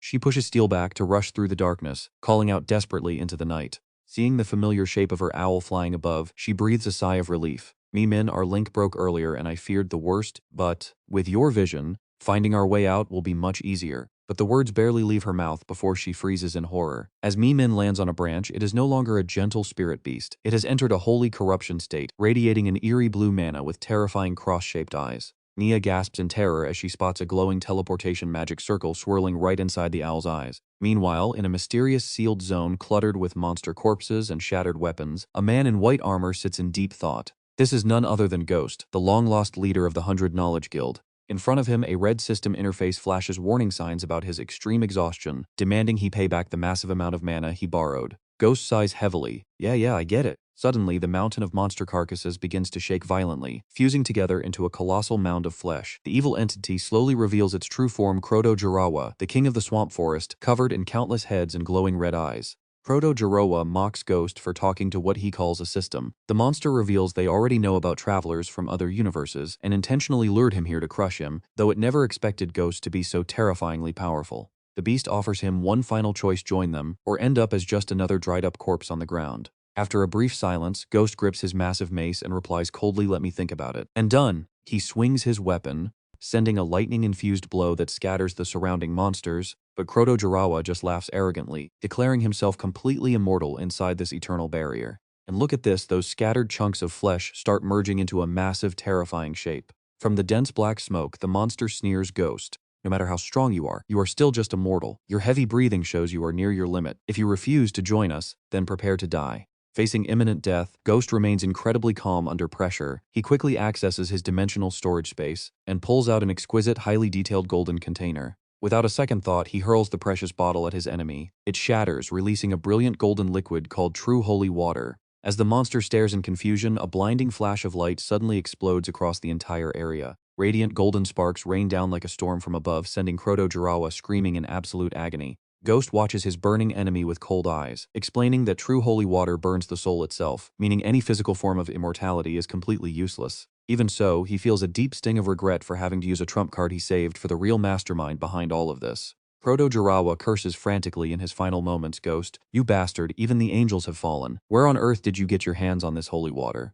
The beast screams relentlessly as its massive body is slowly reduced to ash by the holy flames. But just as he relaxes, his system hits him with a harsh reality check. Warning, high energy reaction detected. Target is about to resurrect. Before Ghost can even process the alert, a world-shaking surge of power explodes, launching the monster's fleshy remains high into the air. Ghost analyzes the situation. Since true holy water burns the soul, regeneration should be impossible, unless some wild variable is at play here. Instantly, Kroto-Jirawa emerges in a holy corruption form, a glowing red sphere with a giant eye and bizarre tentacles. It laughs arrogantly. "I was so close to dying there, Ghost. Bet you didn't see this coming. Your final trump card had no effect on me." Ghost demands to know how it adapted so fast, asking if it is using cheat mods. Kroto-Jirawa smugly brings up the past, when Ghost used his Dragon Emperor finger skill to sever the Dragon Emperor's finger. Back then, it could not understand why Ghost's spear technique was sharp enough to slice through the Dragon Emperor's skin, or why that finger vanished without a trace in the swamp. It turns out a weak little monster accidentally touched that severed finger, breaking its absolute protection spell and allowing Kroto-Jirawa to easily track its location and retrieve the remains. It realized Ghost coated his weapon in true holy water, forcing him to fling the finger away to avoid self-harm. By taking time to adapt to the residual holy water on the finger, Kroto-Jirawa obtained absolute adaptability. It screams maniacally, "If you had used this power on me earlier, I would have been completely wiped out. Are you all out of tricks now, darling? Time to meet your maker." A giant stone hand erupts from the ground, aiming a devastating blow directly at Ghost. This massive rock fist slams down with the force of a mountain. The impact triggers a massive explosion, leaving the area in absolute ruins with debris scattered everywhere. Ghost collapses in agonizing pain. His left arm is completely shattered and won't move at all. Kroto-Jirawa sneers at his stubbornness. He mocks Ghost for suffering in vain, asking if he actually thinks he can pull off some miracle comeback in this state. Under his iron mask, Ghost regrets not going all out with his true holy water right from the start. High above, the massive Dragon Emperor finger begins plunging downward at blinding speed to finish off the exhausted hero. Kroto-Jirawa bids him a final farewell, claiming that even with his mysterious system, Ghost stands absolutely zero chance of winning, because he is facing the entire Holy Church all by himself. But as the finger of death looms inches away, Ghost's eyes flash with pure resolve. He accesses his system and pulls out an ancient scroll glowing with deep blue magic. This is a special item called the Demon King's Favor, an old, worn parchment scroll covered in strange runes and thick with killing intent. The moment he activates it, brilliant white light erupts alongside dense magical codes. Kroto-Jirawa panics completely, realizing the scroll in Ghost's hand is actually a contract with a demon. He screams in utter disbelief. "What, a real demon summoning scroll? You absolute hypocrite, you claim to hate our plans, but you made a deal with a demon ages ago." Desperate, the monster cries out to his master, begging the Pope to save him. But his plea is answered by a colossal cosmic hand descending from the heavens like a swirling nebula. Look at this strike. His ultimate grasp of oblivion activates, instantly crushing Kroto-Jirawa into sparkling stardust. From the shadows steps a terrifying skeletal figure clad in a purple robe. With long horns and burning purple eyes, he looks at Ghost with a knowing smirk. He mocks Ghost's pathetic state, casually greeting him like an old friend, and laughing as he recalls his first failed attempt to descend into this world. He offers a tempting deal: "Lend me your soul, and I will give you enough power to wipe out all this trash. What do you say, Transmigrator?" But Ghost instantly tears the contract in half, coldly declaring they are even. The rejected Demon King clicks his tongue, calling him heartless while leaving a chilling warning. He warns Ghost that he has already seen his face of death. Right after, a giant purple vortex appears, dragging the Demon King back to his realm. Under the dim crescent moon, the system drops the final battle logs. The target is completely obliterated, but yields 0 experience points, though the seal on the area has finally been lifted. Ghost is now completely exhausted, his mana pool hitting absolute 0 while his health continuously drains from the severe side effects of borrowing that power. He collapses, gasping in agony as he asks his system if the summon worked, demanding a direct connection to talk with the other system. But the system instantly crushes his hopes, stating that transmigrator systems cannot link together. Meanwhile, the slime tries to decompose Captain Hawk's body, but the system keeps throwing errors, declaring the target as non-organic matter. Witnessing this harsh reality, the slime can only gasp he actually turned to stone. This guy is definitely the most expensive statue in the forest. Helpless, it crawls back out of the stone mouth. Spotting Captain Hack's discarded weapon, the slime gets an idea, whispering that if he doesn't need it, he'll take it. It wraps around the mace, thanking him before sliding off. What a shameless loot thief. Talk about thick-skinned.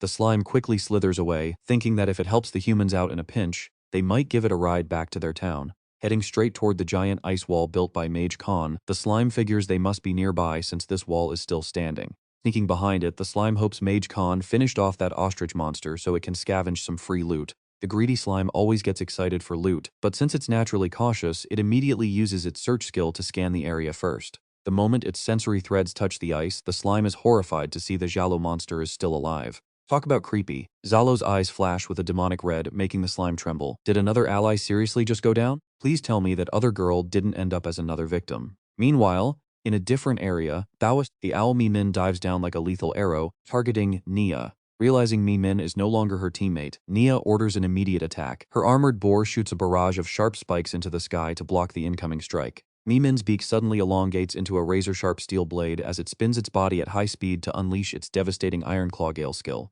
A massive, violent hurricane erupts, sweeping everything in the surrounding area into a deadly, spinning vortex. The gale is so powerful it uproots massive trees, completely throwing Nia off balance. Giant, sliced tree trunks rain down from above like a storm of wood, crushing everything in sight. She can only crouch down, covering her head amidst the falling debris in absolute terrifying helplessness. She cries out for help, wondering why her beloved pet Mimin is doing this. Seeing her boar mount crushed under the heavy timber, she channels magic to heal it, urging Kung Boy to hang on, but the crazed owl is already charging back. Glowing with a sinister light, the bird dives down like a phantom toward its former master. Facing this fatal strike, Nia screams as a dark force invades her mind. A mind-controlling skill pulls her into a mental realm of floating pillars, but Nia feels a wave of relief, realizing her pet contract with Mimin hasn't broken. Inside the owl's mental world, Nia is shocked to see a beautiful angel with pure white wings gently cradling the small bird in the distance. She stands completely frozen before this divine entity, questioning why a majestic, high-ranking angel would be inside the mind of a simple spirit beast. The angel smiles mysteriously and gently tells her to come closer, but as Nia steps forward, that beautiful face warps into a bloody red skeleton with a terrifying roar. Terrified, Nia clutches her head and screams for help. What kind of angel changes faces faster than a toxic ex? Back in reality, her loyal boar growls to protect her, but the crazed owl dives down, its eyes glowing with murderous intent as it targets Nia. At the last possible second, the slime leaps out, swinging the heavy iron mace directly into the bird's face. The slime unloads a series of heavy strikes with Captain Hawk's mace. Nia watches through tears, instantly recognizing the familiar weapon of her fallen leader. Thanks to reaching level 49 and maxing out his pulse skill, our slime's protoplasm control has become absolutely flawless. Is somehow even more flexible and precise than actual human hands. Proud of his work, he names this devastating move the Slime Meteor Mace. He thinks if stones are bullets, then this is a straight-up cannon. With this raw power, he swings the massive mace, shattering the giant trees, crushing Tu Kwang Boy, the wild boar, to set him free. Nia falls to her knees, tearfully looking at the tiny creature. "Thank you," she whispers, amazed at how such a small guy could take down an entire forest. Gently cradling the slime in her palms, she stares with deep emotion. "I feel something incredibly familiar about you," she murmurs, "and I think I might have already guessed who you are." Our slime waits expectantly for a deep, poetic compliment, but Nia suddenly bursts into loud, dramatic tears. "You must be Captain Haw," she wails. "You possessed this little monster just to save me, right?" Meanwhile, our poor friend is screaming inside. He is literally just a normal slime. Completely stunned, the slime just shrieks in his mind that she is totally wrong. Even Tu Kwang Boy snorts, looking pretty doubtful about his master's wild logic. Amidst the chaos, a terrifying dark shadow slowly rises from the debris. The owl monster Mimin, heavily wounded with festering magical ulcers, refuses to stay down. It unleashes an incredibly resentful, chilling shriek. Nia steels herself instantly, readying for the final clash. "Tu Kwang Boy, I will transfer my magic to you first," she calls out. "Can you still fight?" The brave boar grunts in pure determination to answer her. Meanwhile, our slime quickly spreads his body across the ground like a massive web, activating his wide-range search. Thanks to his maxed-out pulse skill, it takes only a second to locate the enemy's fatal weak point.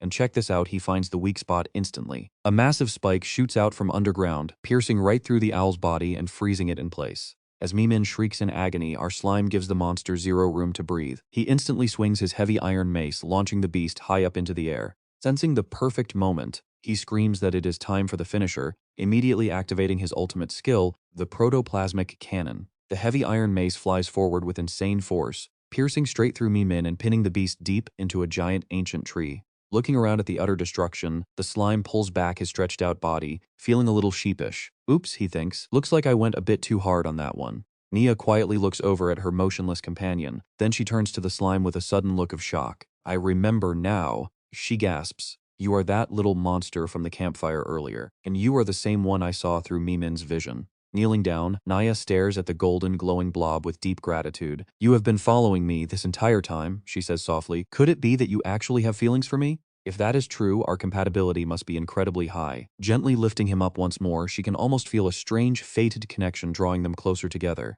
Kneeling within a glowing magic circle under the moonlight, Nia makes a sincere offer. "Will you sign a pet contract with me?" she asks with a gentle smile, promising he will eat well and sleep comfortably under her care. But just as he is about to say yes, a flashing red warning from the system completely ruins the moment. Warning, it reads, "Signing a servant contract with a human means you will lose your system access forever." Talk about a pretty brutal dilemma. Our poor friend is forced to choose between system freedom and a beautiful new mistress. Do I seriously have to choose between the system and her?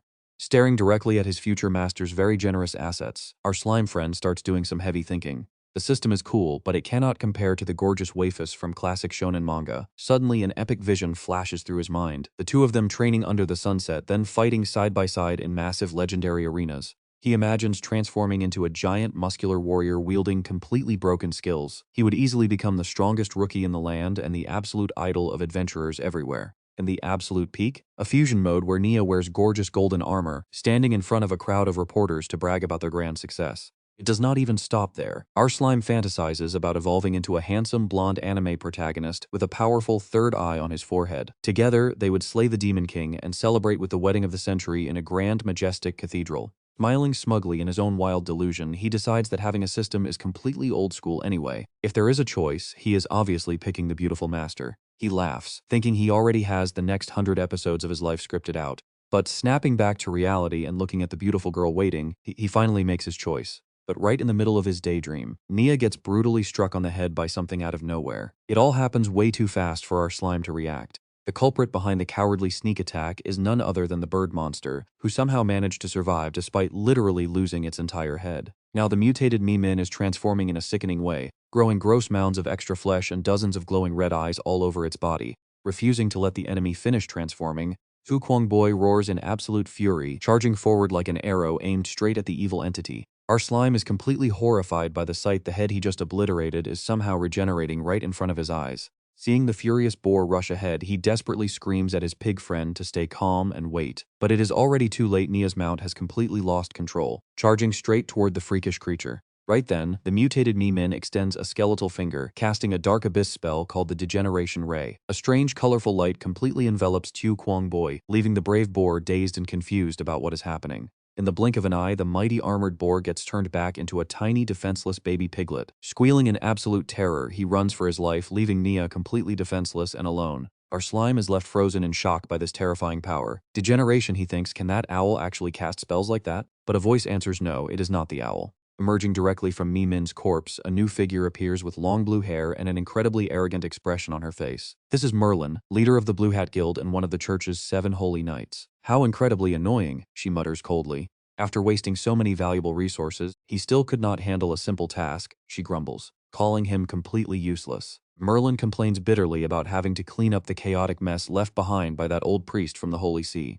Feeling that the ceiling barrier has vanished, Merlin lets out a threatening growl. But I am not about to let you escape, Ghost, she warns. Instantly, she casts an abyss spell, unleashing a gale gate that creates massive wings of light on her back. Down in the ruins, Nia lies motionlessly in a pool of her own blood, completely lifeless. Hiding far away, our slime watches in horror as his enemy flies up and vanishes into the sky. Did someone actually use magic to transfer their own consciousness directly into that owl? He wonders in disbelief. Utter helplessness washes over him as he realizes he was completely ignored just because he was too weak. He looks painfully at Nia, who is now dead. She killed his potential master, and yet, since they never officially made the contract, should he be happy he survived? This sudden wave of cowardice makes him feel incredibly humiliated. Crying out in tears, he thinks, absolutely not. My friend was just murdered, and I am only thinking about saving my own skin. Am I even a man? He screams. This time I swear I will get my revenge. Declaring that even if he cannot kill her, he will at least slap his slime right in her face, he dashes into the forest. Deep in the quiet swamp forest, Ghost's system continuously sends notification confirming his magic debt is paid off. Yet his actual condition is pretty terrible, with his health sitting at only 789 points and his left arm severely injured.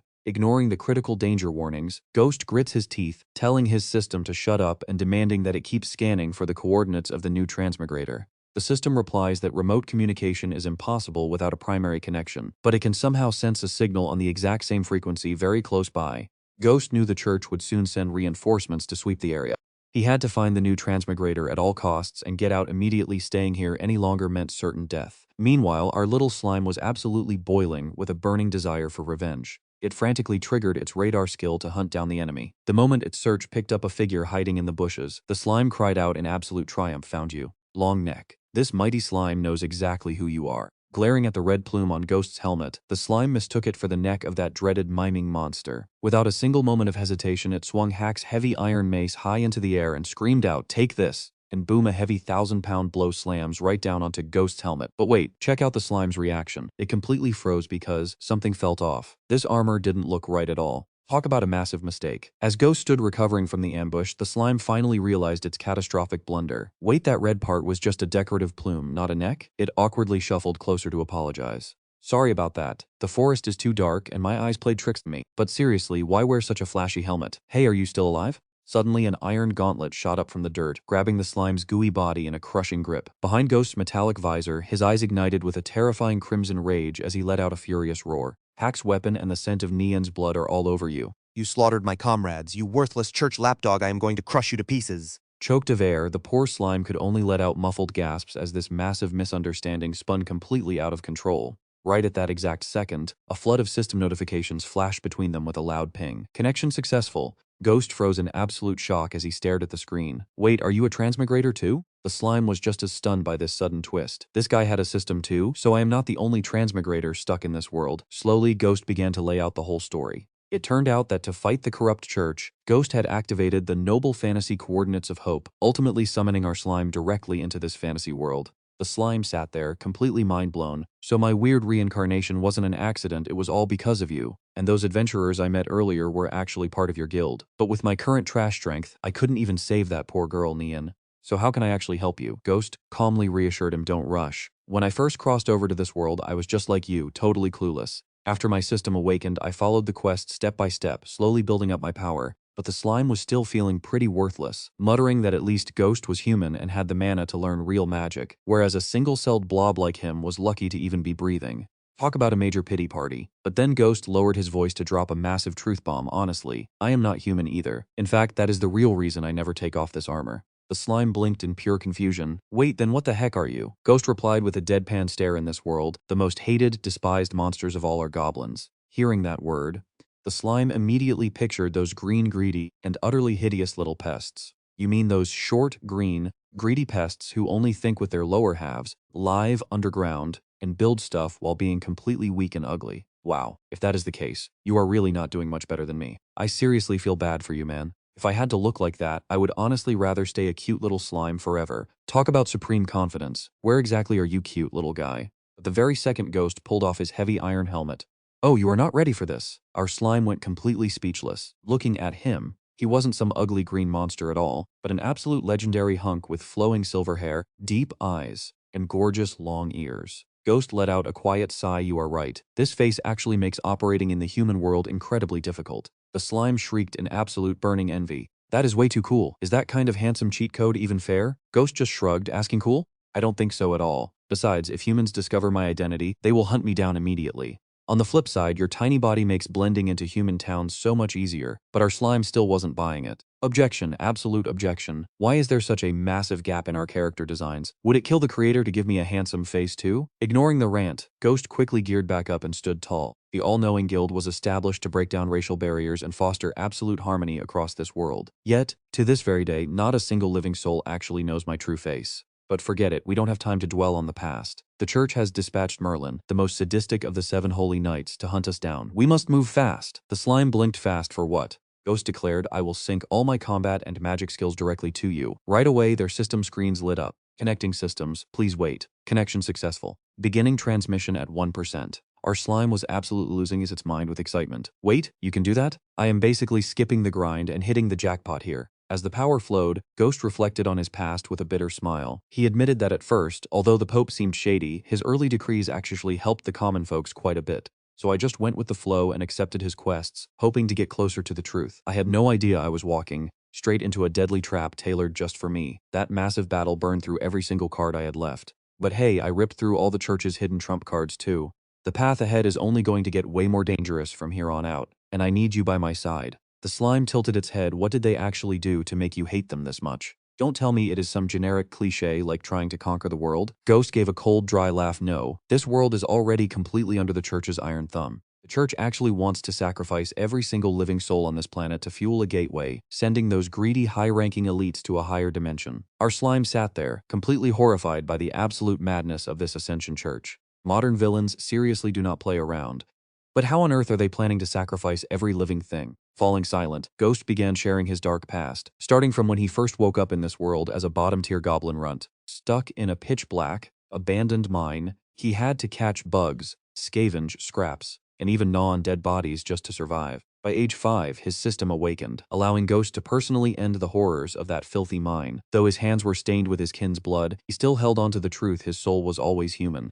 After seizing control, Ghost rescued captive female adventurers who had been treated as mere breeding tools, tortured to absolute mental breaks. To help them start fresh and heal their deep trauma, he had to use a very special racial skill known as dual cultivation. Our slime nodded along in deep sympathy, but then it suddenly froze as a wild realization hit. Wait a minute. My racial skill is decomposition, but that dual cultivation you mentioned, it can't possibly mean what I think it means, right? Ghost casually admitted he actually envied the slime's handy skill, since dual cultivation drained way too much time and stamina, but, in exchange, every single time he did the deed with female adventurers of different classes, he gained massive boosts to corresponding stats like HP mana and elemental compatibility, along with a mountain of experience points. Watching Ghost build his ultimate power base surrounded by gorgeous women, the slime let out a frustrated shriek. Why do I feel like you are just flexing on me right now? But Ghost's proud smile quickly faded as he recalled bringing his family to the royal capital, the biggest mistake of his life that cost his family everything. Just as the transfer hit 12%, a radiant entity with wings of pure light descended from the heavens, coldly whispering, "Found you." Ghost's eyes went wide with pure terror. Without wasting a second, Merlin unleashed a high-tier abyss spell called the Wind-Rending Dagger. A massive pillar of roaring wind slammed down from the heavens, obliterating the entire forest and carving a colossal crater into the shaking earth. Merlin stood amidst the burning ruins, gazing down at Ghost with a cold, mocking smirk. "So your true form is just a lowly goblin? Who knew your disgusting race could possess such ridiculous talent? I would absolutely love to drag you back to my lab for some thorough dissection and research. Too bad the old pope strictly ordered your complete and total eradication." Noticing Ghost was still barely breathing, she tilted her head in curiosity. "Oh, still clinging to life? Tell me, how did a bug like you manage to slay Koilawa, who had an immortal body and adaptive energy?" Right now, Ghost's system is screaming with warnings. His symbiotic armor durability has hit 0% and is completely broken. Repair immediately warning. Combat conditions are highly unfavorable. Retreat is advised. Dragging himself up from the heavy rubble, Ghost snaps back in irritation. "I already know, so shut up." Merlin just flashes a wicked smirk, mocking him for talking to some invisible system. "Tell me, if I steal your body, will I inherit that system of yours too?" She giggles, saying she really wants to cut him open and study it. Ghost roars in pure rage. "Is that immortal chimera body of Koi Lawa the result of you slaughtering countless innocent lives, Merlin? You are a heartless monster, a church hound." Merlin just laughs in mockery. She chuckles. "You want to lecture me on humanity? Do you even understand the definition of life?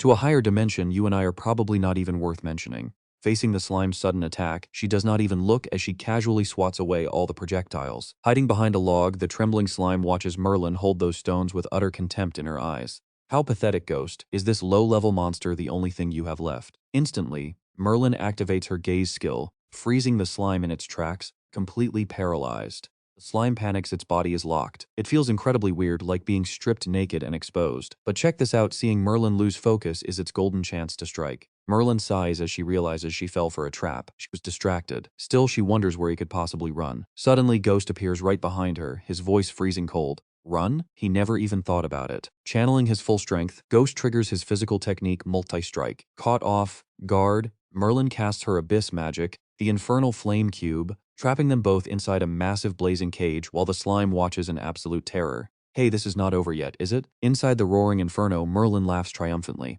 "Physical combat is indeed my weakness, but I will never let you get close again." Yet Ghost proves her wrong, throwing a devastating punch right through the flames. It turns out multi-strike works on magic too.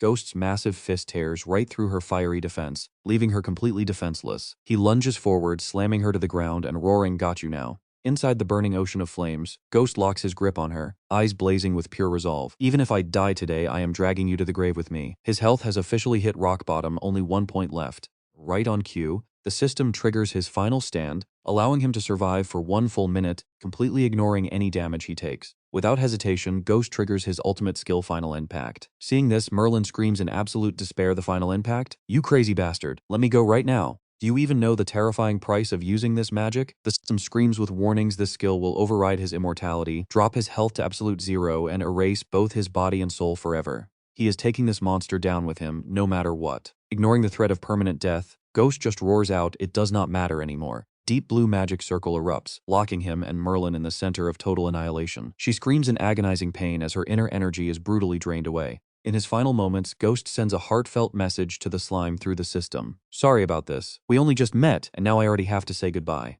But there is no other way. This was my absolute last resort. If Merlin lives, none of us survive. I am leaving the fate of this world in your hands. Remember, never trust the church. The slime cries uncontrollably, screaming in helpless grief. No way, brother. Do not die. I was still waiting for you to carry me. If someone as strong as you cannot beat them, how is a tiny piece of slime supposed to save the world? Ghost just smiles peacefully, offering one last push. Believe in yourself. Maybe the only reason I was summoned to this world was to act as a bridge to bring you here. As the dust settles, a massive crater is all that remains of the forest. The slime lies alone in the ruins, crying tears of fluid as it chokes out the name of its fallen friend, Brother Ghost. Suddenly, up in the night sky, a heavily wounded chimera that used to be Merlin is struggling to fly away. She curses furiously, "Damn that ghost, bastard." This mission is a complete, utter disaster. The 5 life candles, meant to connect with the chaotic universe for her ascension, have all been blown out in a single instant. Merlin bitterly realizes she can only survive by possessing this low-level beast's body. Not letting her escape, the slime shoots a huge glob of sticky fluid right at her and declares with cold eyes,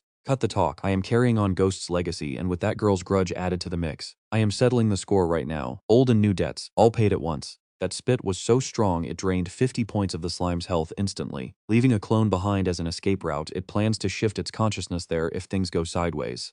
Covered in bright yellow goo, the bird-like Merlin screeches in pure fury. Is this some contract beast that Ghost left behind? Get ready, because she is about to direct every bit of her wrath onto the little guy. Immediately, she unleashes her abyss magic, the degradation ray, as a multicolored beam of light completely swallows the slime. But it just stands there blankly, feeling absolutely no change. Go on, keep talking big. Why do you not show us what else you have got? Merlin is utterly shocked. Damn it, why is it not working? She wonders if her shattered soul has drained her mana too much. The more she thinks about it, the angrier she gets, roaring out unforgivable. As the strongest mage in the kingdom, I refuse to believe I cannot kill a weak monster like you. The slime calmly scans her, realizing Merlin has already been beaten half to death by Ghost. She has no idea what my trump card is, so I will exploit this gap for a surprise attack. But suddenly, a giant bird monster sweeps in, crashing Merlin into the cliffside. Wreathing in agony, Merlin still spits out curses, threatening that once she recovers at the Holy Cathedral, she will burn this entire swamp forest to dust. Ignoring her threats, the beast gathers a blazing fire inside its throat. In an instant, it unleashes a high-tier dragon breath spell, turning Merlin into absolute ashes before swallowing her remains.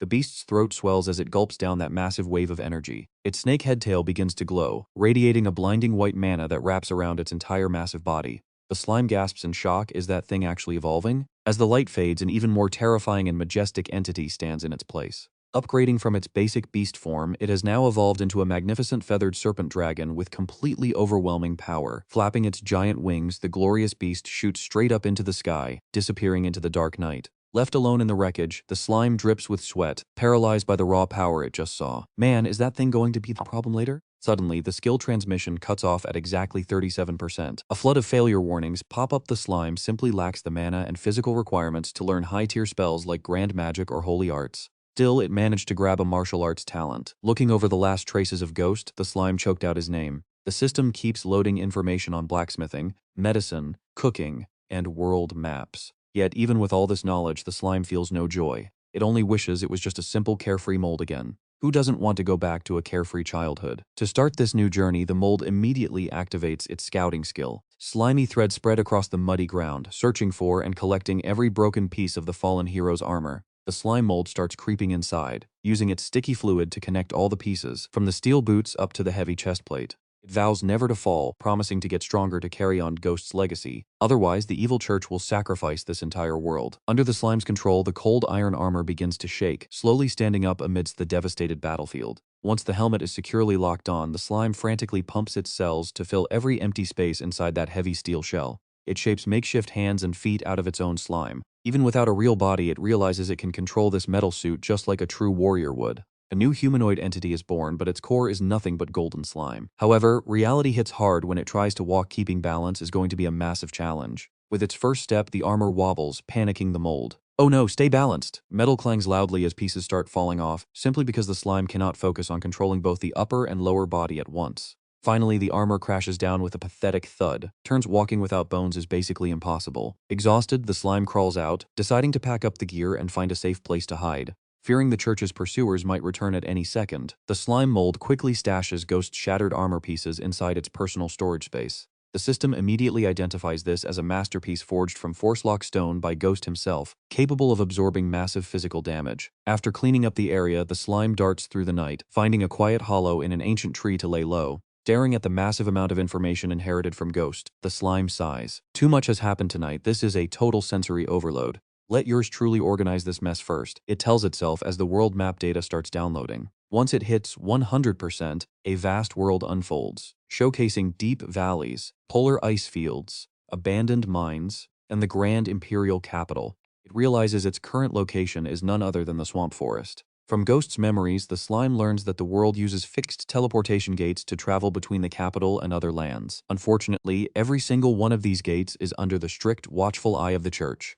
Any adventurer who wants to use them must pay half their resources as tax. But guess what? A crazy plan just popped into the slime's head. If yours truly can find one of those gates, cannot I just sneak straight to the imperial capital? It is a pretty daring thought, but pulling it off is a whole different story. Taking inventory, the slime mold sees its path ahead is clear, but before making a move on the capital, it desperately needs to get a lot stronger. Right now, its only real trump cards are the damaged high-tier gear and the lifeless body of Naya, a girl it just met, resting silently in its storage. Staring at her corpse, the slime hesitates, deeply debating if it should decompose her. It knows that even if it keeps her body, Nia can never come back to life. Instead of letting her rot away in isolation, it decides to absorb her body to inherit her strength and will. The decomposition process begins as golden slime envelops Nia in a soft, glowing light. In a daze, the slime sees a vision of Nia smiling gently, waving her final goodbye farewell. Little slime mold. It bursts into tears, choked with emotion as it answers. Goodbye. Fueled by burning hatred, the slime vows to itself that from now on, even if it is just a tiny glob of slime, it will personally tear down that evil church. With the decomposition process complete, the slime mold officially hits level 50 and unlocks the level 1 domination skill. Thanks to its unique nature, domination fuses with its central command, evolving into an absolutely broken and powerful skill level 1 parasitic domination.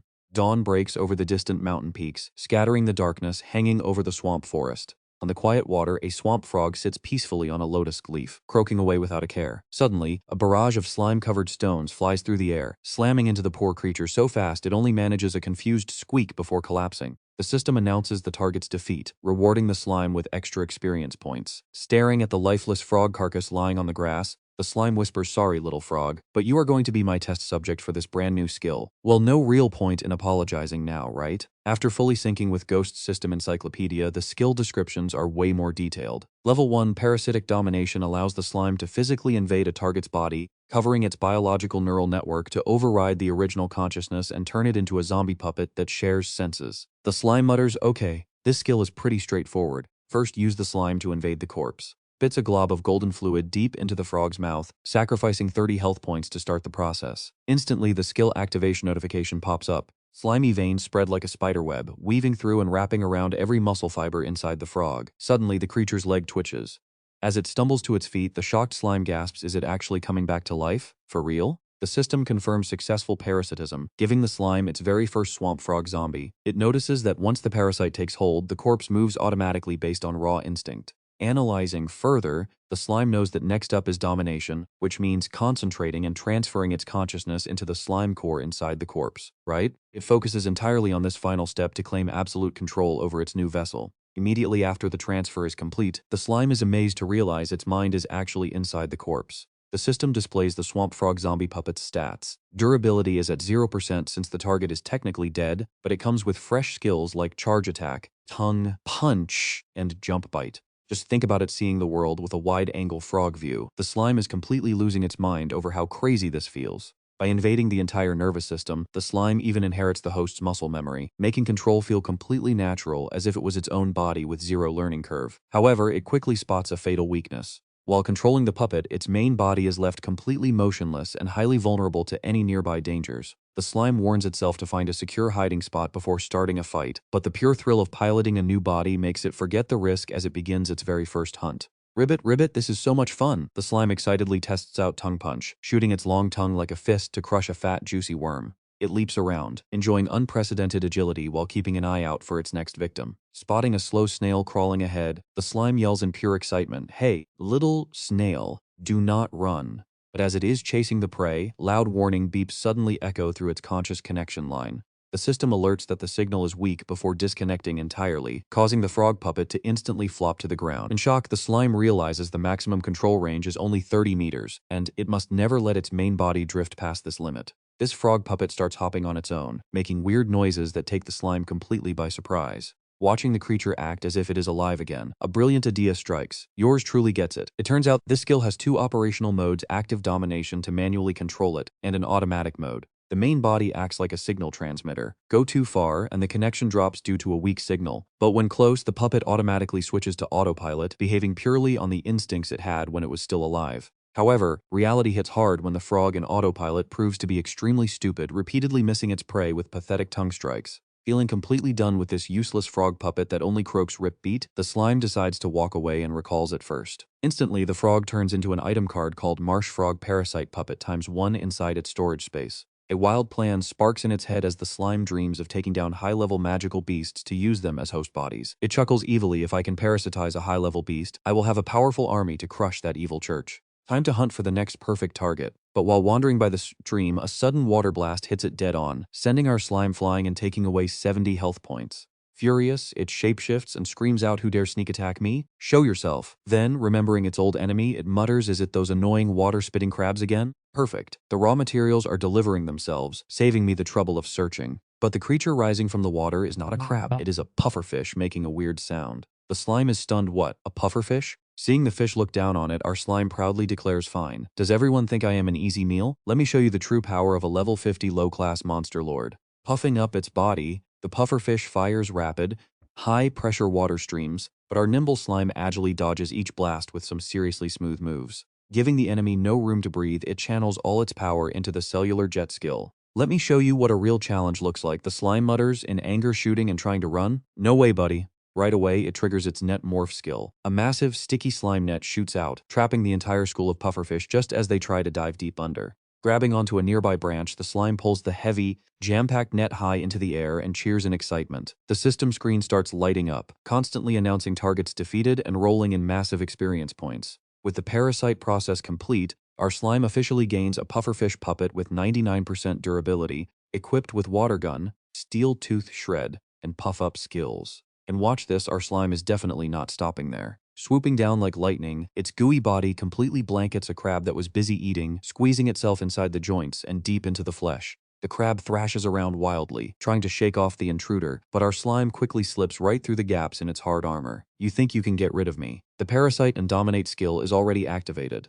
Golden beams of light wash over the beast, forcing it into absolute submission. The system confirms the target is defeated, unlocking the marsh crab parasite puppet with its mudspit water gun and pinch skills. "If anyone dares to mess with me now, they are absolutely getting pinched to pieces, hee." An ear-piercing buzzing rings through the forest as the yellow wasps go all out. A glowing magic circle materializes right on the ancient tree trunk, summoning a massive wave of new warriors to surround our intruder. Standing below in its frog form, the slime confidently shouts, "Witness my incredible power." Instantly, activating its charged strike skill, it whips its long tongue in a massive wind-tearing sweep to crush everything around. Dozens of wasps drop in an instant, bringing a flood of system notifications for easy experience points. However, the frog puppet starts overloading, its body swelling up in a weird, grotesque way. You can literally see the outlines of the swallowed wasps thrashing inside its belly. Right then, two mage bees hovering high above finish charging a massive fireball. Realizing the frog puppet cannot survive this intense heat, the slime panics this frog body is not going to cut it. It quickly triggers consciousness transfer, ejecting from the old host to dive straight into the waiting demon crab. Taking control of its new host, the slime yells out and commands the crab to unleash its high-pressure water skill, blasting a massive pillar of water straight into the air. The crushing water tears through the smoke, knocking back the surrounding wasp swarm, but the very second the attack stops, the system flashes a red warning. Because its internal water supply is completely drained. The demon crab puppet is now malfunctioning. The water gun skill is forcefully shut down, and with its energy bar hitting critical red, the crab is left lying completely frozen on the dirt. Going completely stiff like this leaves it fighting on pure hope. The sudden collapse of the demon crab has the slime utterly shocked. Seizing the moment, the two mage bees activate their magic circle, summoning a rain of blazing fireballs. An earth-shattering explosion rips through the ancient tree branches, wiping out everything in a thick cloud of smoke and fire. Both the crab and frog are roasted crisp, lying smoking and motionless on the ground. The wasps look down in triumph, but suddenly, a stream of blue water shoots up from below, hitting a mage bee dead in the face before it can react. Hiding below in its pufferfish form, the slime cheers yes, a successful sneak attack. Even their wasp ancestors wouldn't dare dive into the water after me. Hit by the surprise strike, the wasp swarm descends into chaos. The slime doesn't hesitate, activating its consciousness transfer to channel its remaining energy and eject from the old host. It shoots away, telling itself they are just parasite puppets. If they break, I will just catch more. I don't care about this tiny loss. To block the intruder, 3 soldier bees quickly combine forces to form a solid triple wax shield. Yet the slime smashes straight through their defenses, crushing everything in its path and casually tossing back a quick "pardon me" coming through. It proudly boasts, obviously, yours truly is still the strongest. I was only playing around with you guys to test my team's actual combat abilities. Can you believe what happens next? After the hard collision, it spreads a gooey sensory web to scan the entire area, finally cornering the trembling queen bee. Stop buzzing, just accept your fate. Who told you to be the loser here? The slime starts enveloping the body of the queen. Calculating silently, if this plan goes smoothly, the very first army of this elite fungus will officially be established. It believes that by controlling the queen, it can command the entire swarm. The system immediately confirms a successful parasitism, granting it the queen bee corpse puppet, with 99% durability and the hive mind special skill. Standing in the nest in its new form, the slime proudly commands, "Rise, my children." Green energy rings begin radiating outward. But a harsh, cold reality soon hits the slime when absolutely nothing happens as expected. What? Why is there no response at all? It suddenly remembers a basic rule of nature: once the queen dies, the entire hive disbands. Which means parasitizing the queen to control the swarm is a complete dead end. Realizing this host is totally useless, the slime decides to target someone with actual potential. It takes over a mage bee instead, gaining a nice moveset including Honey Harvest, Spark Blast, and Flight. This is definitely way better than the queen. Standing high on a rocky cliff, the slime proudly bellows, "Slime Mold Squad, assemble." Instantly, its 3 loyal puppets, the frog, crab, and pufferfish, materialize for orders. To make management easier, our slime decides to name them. Pointing at the frog, it declares, "From now on, your name is Wazi." Next up is the massive clawed crab, named Crabsook. And, finally, the pufferfish gets the name Sealton. But right in the middle of roll call, the slime suddenly looks around, completely confused. Wait, where did the mage bee go? It clearly remembers summoning that puppet just a second ago. Looking over, it sees Wazi the frog chewing on something, with tiny insect legs sticking out of its mouth. Furious, our slime immediately slaps the greedy frog into tomorrow to enforce some discipline.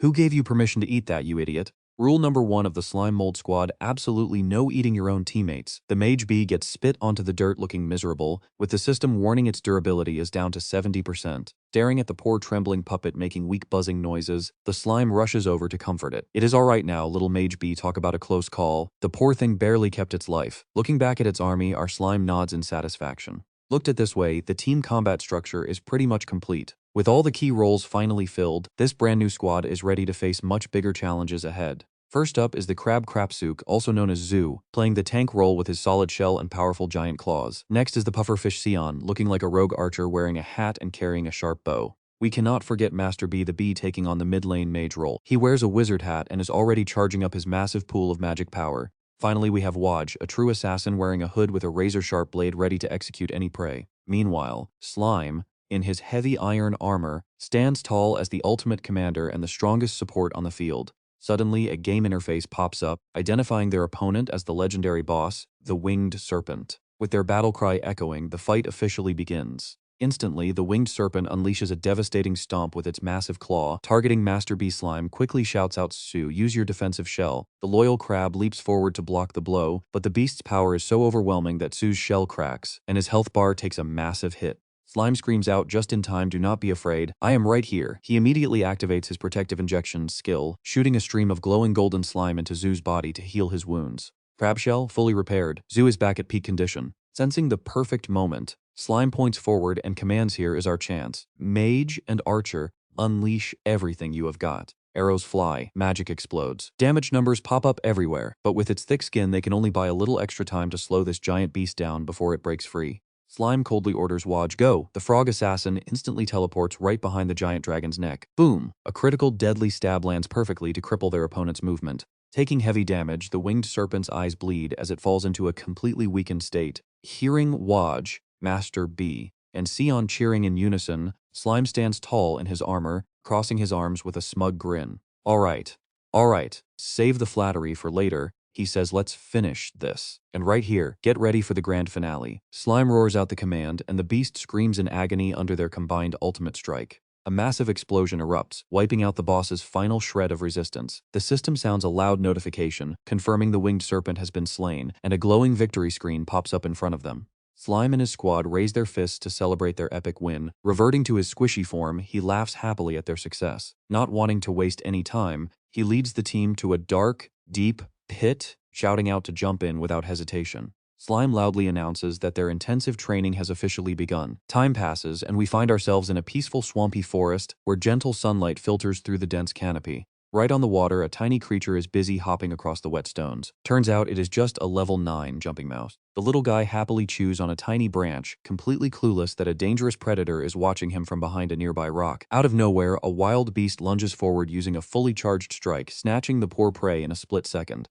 Predator reveals itself to be a level 21 camouflaged rock cat, but the law of the jungle strikes again as a level 35 giant swamp mosquito dives from above, plunging its stinger deep into the cat's back. The poor cat lets out a weak meow before collapsing. Yes, even mosquitoes are hunting cats out here. After sucking its fill of fresh blood, the giant mosquito's abdomen begins to swell up enormously, glowing with a terrifying shade of bright red. It hovers over the quiet water, looking left and right with high alertness before slowly landing, where it immediately begins laying thousands of eggs into the swamp. Seeing a delicious snack, a school of fish rushes up to swallow the eggs, totally unaware that death is already waiting. Suddenly, a mysterious creature beneath the surface triggers an electric shock skill, and in an instant, both the fish and the giant mosquito are fried to death, floating belly up. Then a giant mouth breaks through the water's surface, swallowing the dead fish and the poor mosquito in one big gulp. That is a level 44 electric catfish. After digesting its massive feast, its body suddenly starts to glow with a blinding light. High up on a branch, Slime holds his breath, closely watching every single move of the creature. Witnessing the familiar sight, Slime mutters in pure disbelief. Evolution. It is evolution again. First that snake bird, and now he is witnessing this phenomenon for a second time. The catfish completely transforms into a level 52 lightning catfish, looking just like a majestic blue dragon with its entire body covered in crackling lightning. It roars, unleashing a massive electric storm that wraps the whole lake in blinding, earth-shattering currents. If that beast unleashes another shockwave near him, his whole team is toast. Slime freezes, silently staring at the bubbling water as he witnesses the sheer terrifying power of this newly evolved predator. Seriously, is it just me, or are these monster evolutions happening way too often lately? Slime stares at the beast, wondering if this constant power-up phenomenon is starting to spin out of control. Instantly, his system interface pops up a notification showing the World Encyclopedia fully loading up to 100%. A highly detailed map appears, designating this swamp forest as a deadly S-rank danger zone where wild monster evolution is basically a daily occurrence for its massive ecosystem. According to the database, life in this world is categorized into tiers, starting from weak common creatures to intermediate, advanced, and, finally, Lord rank. The records even document an epic battle between Ghost and the local monster alliance, where the king of Koilawa mobilized his entire army of high-tier beasts just to corner him. But the plan failed miserably as Ghost wiped out the entire alliance, leaving the local ecosystem in ruins. Now that the war is over, the forest has finally entered a long recovery phase. The land is constantly absorbing residual magic energy to rebuild its ecosystem, accelerating wild evolutions. Naturally, the surviving mid-tier beasts are the ones reaping the biggest benefits from this massive surge of pure magic power. With no top predators left to stop them, these creatures are hoarding resources for a fast-track evolution. Every single beast is now in a frantic race to level up, fighting to crown themselves the new king of this territory. Reading through the finished database, Slime finally understands what is going on. He feels incredibly grateful because the detailed logs Ghost left behind are proving to be a total lifesaver. But then a thought hits him: can the monsters he turned into parasitic puppets actually evolve too? Looking back at Wajsu, Sion, and Master B, Slime cannot help but wonder. Besides, that electric catfish is only one level below him, so why does it seem so much stronger? The system quickly explains that level is not the only yardstick for power, as raw strength heavily relies on racial traits, unique skills, and magic attributes. Like they say, dragons breed dragons, and a level 100 mouse is still just an appetizer for a baby dragon. But as for whether those puppet thralls of his can evolve, the system simply does not have enough data to say. Suddenly, an earth-shattering blast of lightning ruptures the peace of the deep forest. Slime watches the blinding blue glow lighting up the sky, wondering if that crazy catfish is already picking a fight with something. Deciding to investigate, he freezes in absolute shock at the sight of the newly evolved beast locked in a death struggle with a level 60 swamp crocodile. Crackling blue lightning zaps the crocodile, literally roasting its thick skin alive and forcing Slime to gasp in horror at the brutal sight. Oh my god! The crocodile's eyes glaze over as it passes out under the raw voltage, but, with its final breath, it chomps down, biting the electric catfish clean in half. Talk about mutual destruction, both of them ended up kicking the bucket together on the spot. Talk about absolute luck. Slime just stumbled on a free buffet without doing any of the hard work himself. He slides over to inspect the goods, but things look bad since half of the flesh is rotten and the rest is burnt to a crisp, making parasitism impossible. Worse, the moment he touches the meat, residual electricity shocks his entire body, making him scream in pain. To survive the shock, Slime quickly chugs 115 jars of backup honey, triggering a massive nutrient overload that spikes his health bar to 50,000 for the next hour. Now growing into a glowing giant form, he wraps himself around the crocodile carcass to begin decomposition. His system fires off multiple alerts as he absorbs tons of experience and successfully unlocks a rare, highly useful lightning resistance trait. Floating under the swamp water, he takes his sweet time absorbing every last drop of essence until only white bones remain. He sighs in pure bliss as he officially levels up to level 51. Making the most of his brief remaining godlike power, the slime is determined to stuff his face and not waste this massive gift from nature. In his giant form, the slime wildly wrecks the forest, feeling raw power exploding in every cell. He squeals with pure joy, going crazy, feels amazing. His XP is absolutely skyrocketing right now. Notifications spam his screen as he dissolves everything in his path for easy XP. But while he is busy enjoying this god mode, he suddenly freezes, catching sight of something very promising in the distance. Across the swamp lies a massive mangrove forest, way greener and more lush than his current spot. The slime is completely blown away. Oh, there is a giant mangrove forest over there, way richer than this dump. He figures a fertile zone like that must be crawling with stronger monsters, perfect for some quick level ups. Excited, he thinks, why not go check it out? Without a single second of hesitation, he dives straight into the deep water, but the instant he submerges, a vicious school of level 19 piranhas locks their eyes right on him. They shoot forward like arrows, tearing into his slimy body with razor-sharp teeth. The system blares emergency warnings, danger, you are under heavy attack. Total health lost exceeds 1,000. Oh my god, he saved up his health so carefully just for these tiny pests to shred him. Furious, he roars, you puny fish dare show off in front of me? Watch me absorb you all for health. He wraps himself around the fish, trying to digest them to restore his life force, but reality hits hard. His healing speed cannot keep up with their relentless bites. The slime bitterly realizes this is a terrible trade. The enemies keep multiplying as thousands of piranhas form a swirling vortex of death around him, dragging his movement speed way down. System alerts show his health dropping by 3,000, then 5,000 points in a flash. Panic sets in as he realizes his massive mistake. There are just too many of them, and being slow in the water means he cannot react. He is losing way more health than he can possibly recover. Even though these fish are trash below level 20, the system starts explaining that his giant form from the Devourer title makes him a ridiculously easy target, but the slime just screams in pure despair. Yes, I know you are smart, but now is not the time for a lore lecture. If this keeps up, I am going to die. The fish open their bloody mouths, aiming straight for his single eyeball. Oh man, he is really done for this time. Tattered by their crazed bites, he feels his health tank by a terrifying 20,000 points in a split second. He cannot just lie down and die. Instantly, he activates his jet propulsion skill, launching his entire body out of the water like a rocket. Landing safely on the grass, his body shrinks back to its original small size. Watching the fish thrashing in the lake, the slime urgently asks the system if eating more honey would let him grow giant again. The system confirms it is possible, but the timer will not reset, leaving him with less than 20 minutes left. Still, refusing to give up, the giant slime keeps rampaging through the forest, crushing absolutely everything in his path. Notifications for XP gained from decomposing trees keep flooding his screen. By now his body is so covered in wood, rocks, and debris that he looks like a giant moving mountain. The slime notes with surprise that while the terrain has stopped shifting, the plants are still growing incredibly fast. The temple's magic is truly mind-blowing. And here is where his crazy ambition really starts to show. He actually figures that taking down the entire church might be a piece of cake. He reasons that even without dragon breath or sharp beast claws, his ultimate weapon is pure energy. Having survived the brutal early game, all that is left is to mindlessly grind his way to the top. He fantasizes about an epic conquest, infinite decomposition, infinite absorption, and endless evolution. If I do this non-stop day and night, within a month my slime army will be knocking on the church doors. He laughs triumphantly, but the system immediately shuts him down, warning that his plan will fail. The slime asks in total confusion, huh? Why is that? The system loads the data and drops a boring math formula to explain. Basically, as his level gets higher, the experience he gets from breaking down low-level items will decrease exponentially. The level gap exceeds 100, his XP gain shrinks to a measly 0.6%. Now he finally gets why his level is completely stuck despite the constant system notifications. He snaps, asking why it cannot just show the exact X values, but the system coldly refuses, claiming it would burn way too much server processing power. To make things worse, his nutritional overload state ends, and the requirement for the next activation is now multiplied by 5. The slime instantly shrinks back to his tiny form, leaving a messy pile of bones and trash on the ground.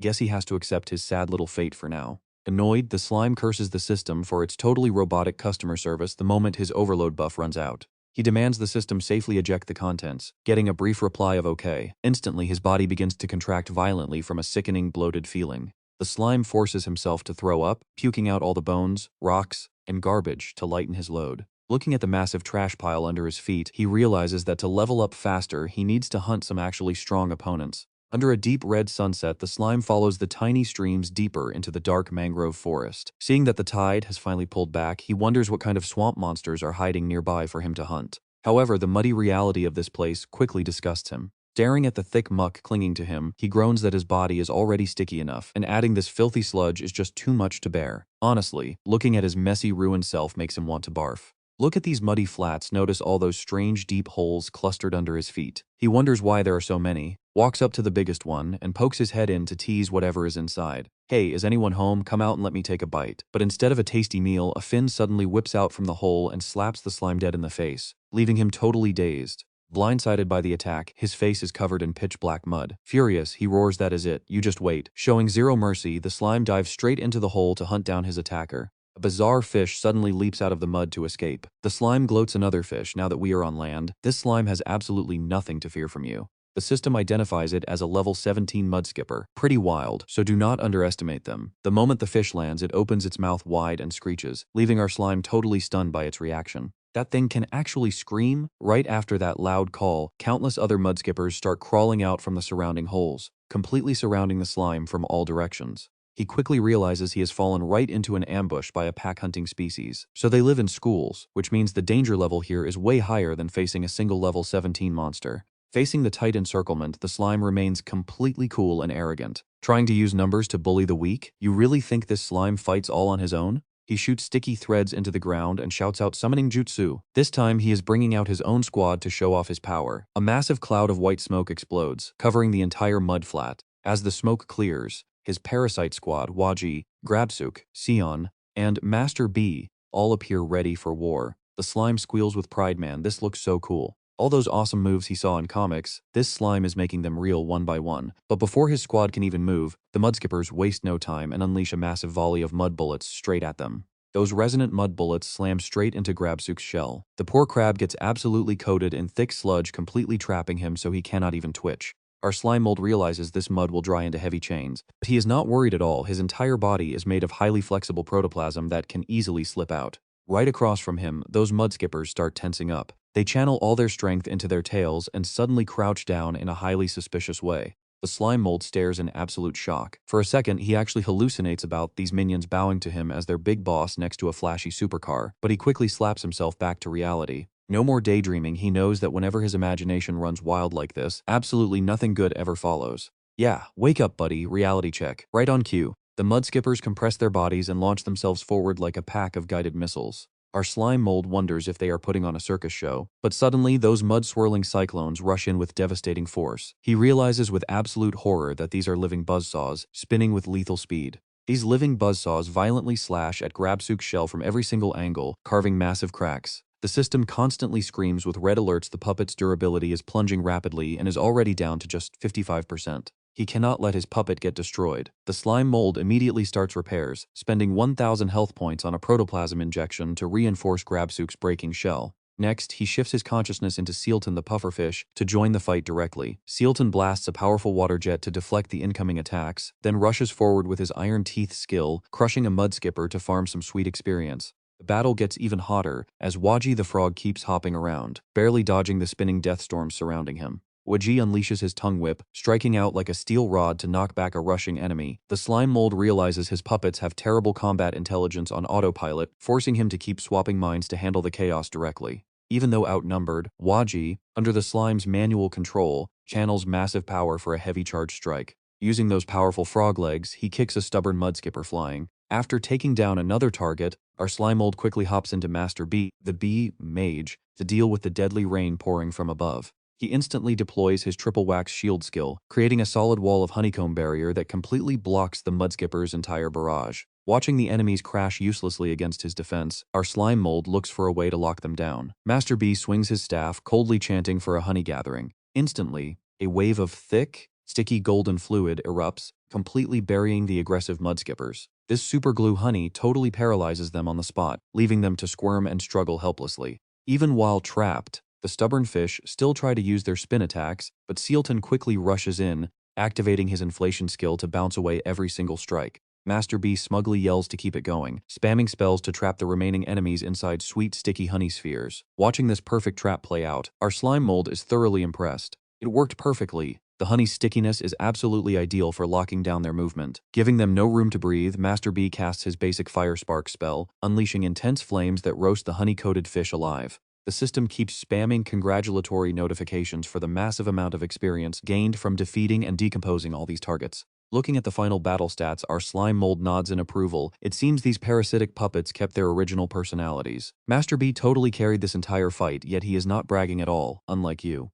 Wajee who? While the frog is busy flexing his muscles in a ridiculous way, a mouth-watering aroma suddenly starts drifting through the air. Although he lacks a human sense of smell, his cell membrane's chemical sensors immediately lock onto this delicious scent. He gasps in shock, it smells so good. What is this? Looking at the smoking fish corpses, the slime mold makes a realization. The system immediately announces that he has discovered a new dish called honey-roasted fish, adding it to his cooking skills. Seeing the delicious honey-roasted fish, the whole puppet crew, Wajee, grab Sook, Master B, and Sealton start drooling like crazy. Our slime mold is completely taken aback. Oh my goodness, you guys want some too? Even though you are just puppets now? But he generously agrees. Go ahead, let us count this as our victory feast. The slime mold digs in, and is blown away by the incredible flavor. The sweetness of the honey blends beautifully into the fish meat, highlighting its natural freshness. Roasting them under high heat not only removes the muddy smell but makes the skin super crispy while keeping the inside perfectly tender. Truly a delicacy!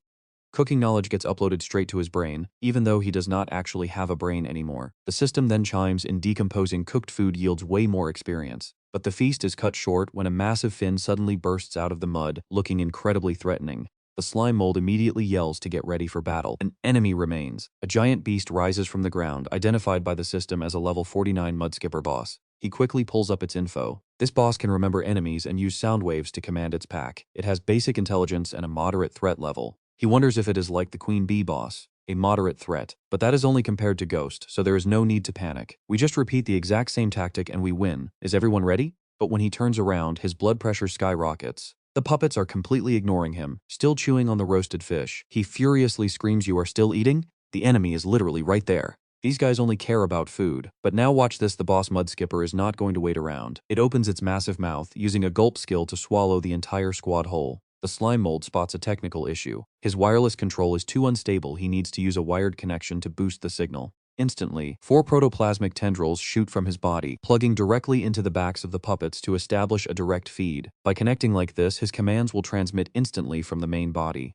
Though it is not quite as precise as fully possessing them, this method allows him to control multiple puppets at the same time, letting him pull off highly coordinated team attacks. He smugly thinks to himself that this is basically puppet mastery, which is incredibly cool. Meanwhile, the boss starts eating its own dead minions, prompting him to call it a total cannibal. It devours its own followers without hesitation, purely driven by base instinct. Its actual intelligence must be pretty low. Not giving it time to digest, the slime commands them to attack, launching all puppets into the air. Wajee, under direct command, closes in on the target, channeling massive force into his glowing red tongue for a heavy strike. But before he can land the blow, the boss whips him away with its flexible tail. Master B, the bee mage, immediately waves his staff to retaliate with a fire spark spell. Fireball explodes right on the boss, but it instantly activates a mid-tier mud manipulation spell. A massive wave of wet sludge rises up to shield its body, causing our slime mold to gasp in absolute surprise. Mid-tier magic. Despite its dumb looks, this boss possesses spells stronger than Master B. Realizing he needs a meat shield to break through, the slime mold issues an order. Go get them, Grabsook. But the crab suddenly disconnects on his own, making the slime mold furious. What nerve? How dare you disobey orders? Why fight when there is delicious food to eat? Well, even lightning avoids striking during mealtime. The system immediately notifies him that on autopilot, parasitic puppets can choose their own optimal actions, including disconnecting. Slime stares in utter shock as Crabsuit glows with a brilliant golden light, realizing the little guy is actually evolving. Turns out the crab decided to keep stuffing its face just to trigger a sudden molting process right here. Powerful new beast emerges, the Swamp Crab King, boasting armor thick as iron and claws strong enough to crush solid metal. Slime grabs the chance, shifting its consciousness to possess this boss-tier body directly, laughing in absolute triumph. Haha, I am piloting the Crab King now, while you are just some basic mudskipper boss. Slime gloats. Taking control, it charges forward at full speed, aiming to squeeze the life out of that fish with its massive new claws. It roars, ready to strike. But the mudskipper boss reacts instantly, launching its boomerang-shaped fin blade attack. A streak of deep green energy flies through the air at blinding speed. It slices the massive crab king right in half in a single heartbeat. Slime stares in absolute shock. One-shotted, just like that. But how? A freshly molted crab has zero defense. Stuck in a corner, Slime accidentally finds the answer not in its combat skills, but in the system cooking menu. Apparently, after molting, a crab shell takes a whopping 10 days to fully harden.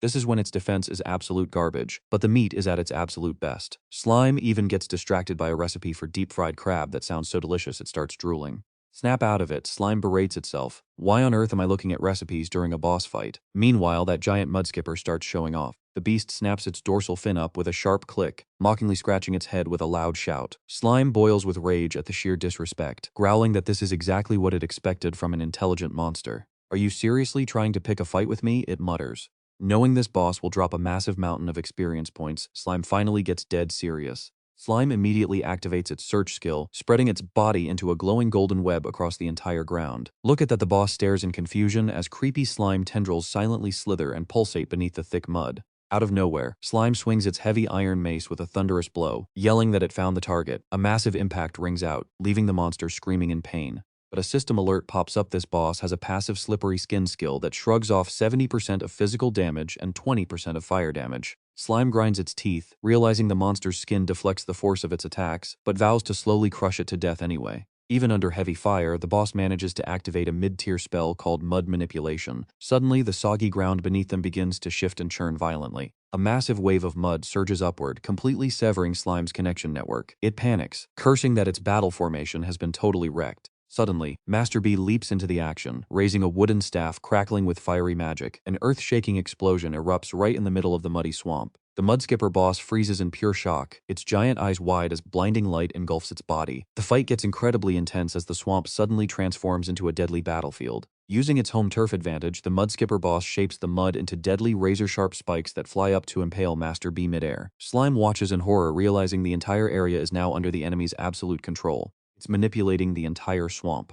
This guy took way too much of a home field advantage, and we might have underestimated it. It is far stronger than any typical monster of the same level. It seems intelligent monsters always boast a completely different level of power. The boss glares with pure murderous intent, roaring in fury before unleashing its spinning fin blade strike. The deadly spinning energy chases Slime relentlessly, forcing it to run for its life through a barrage of flying mud. At the absolute last second, the brave pufferfish jumps in as a meat shield, making Slime scream out Sealton's name. The pufferfish struggles to hold the line, but the heavy impact triggers constant emergency system warnings. The durability of the parasitic puppet takes a massive nosedive, crashing down to just 23% in an instant. A system notification chimes. The parasitic puppet is completely destroyed. In that life-or-death moment, Slime barely survives only because Sealton threw his own life on the line to save it. Slime pauses, whispering a quiet thank you to its fallen friend and promising his sacrifice won't be in vain. Seizing the opening, it clings tightly to the mudskipper's fin without losing a single drop of health. Got you. Slime roars in absolute excitement, immediately activating its decomposition skill. The system confirms a successful decomposition, awarding experience points, while the trembling mudskipper looks up in sheer horror to find its main fin has completely vanished into thin air. Seeing the mudskipper look like a completely bald guy without its top fin makes Slime crack up laughing.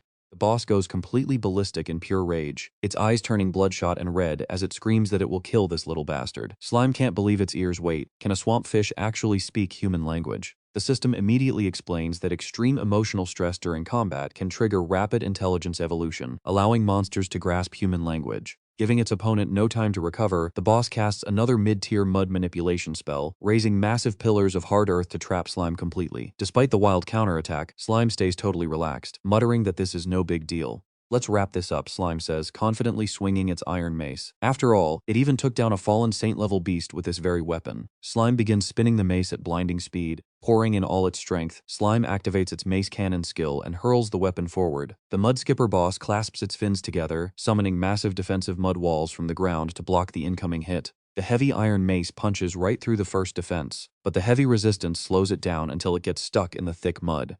Safe behind its wall, the monster watches as the powerful attack gets swallowed up by the deep mud. Oh man, Slime panics. Did it actually block the whole thing? If this keeps up, its weapon is as good as gone. Right then, a system notification pops up. The conditions have been met to unlock martial arts talent, letting Slime create its own custom combat moves. Having absolutely no idea what a martial arts talent even means, Slime just decides to wing it, thinking that as long as it wins, nothing else matters. It stretches its elastic body, grabbing the mace handle tight to build up massive pressure. The brand new skill, Water Mace Impact, officially fires off. It propels the heavy iron weapon forward with twice the speed and power, tearing through the thick mud. The devastating impact shatters the final line of defense and slams directly into the mudskipper's face before it can even react. Mud rains down everywhere from the sheer force of the explosion as the boss finally collapses. It exhales a final puff of smoke in utter shock before dying. Meanwhile, at the sacred sanctuary of the royal capital, a solemn sunset bathes the towering spires as a heavy atmosphere of grief hangs over the temple. Merlin's destiny candles have been completely dark for 3 whole days without a single spark. Pope Vioses solemnly announces that 3 days have passed since her destiny candles went out, and there is no sign of them relighting.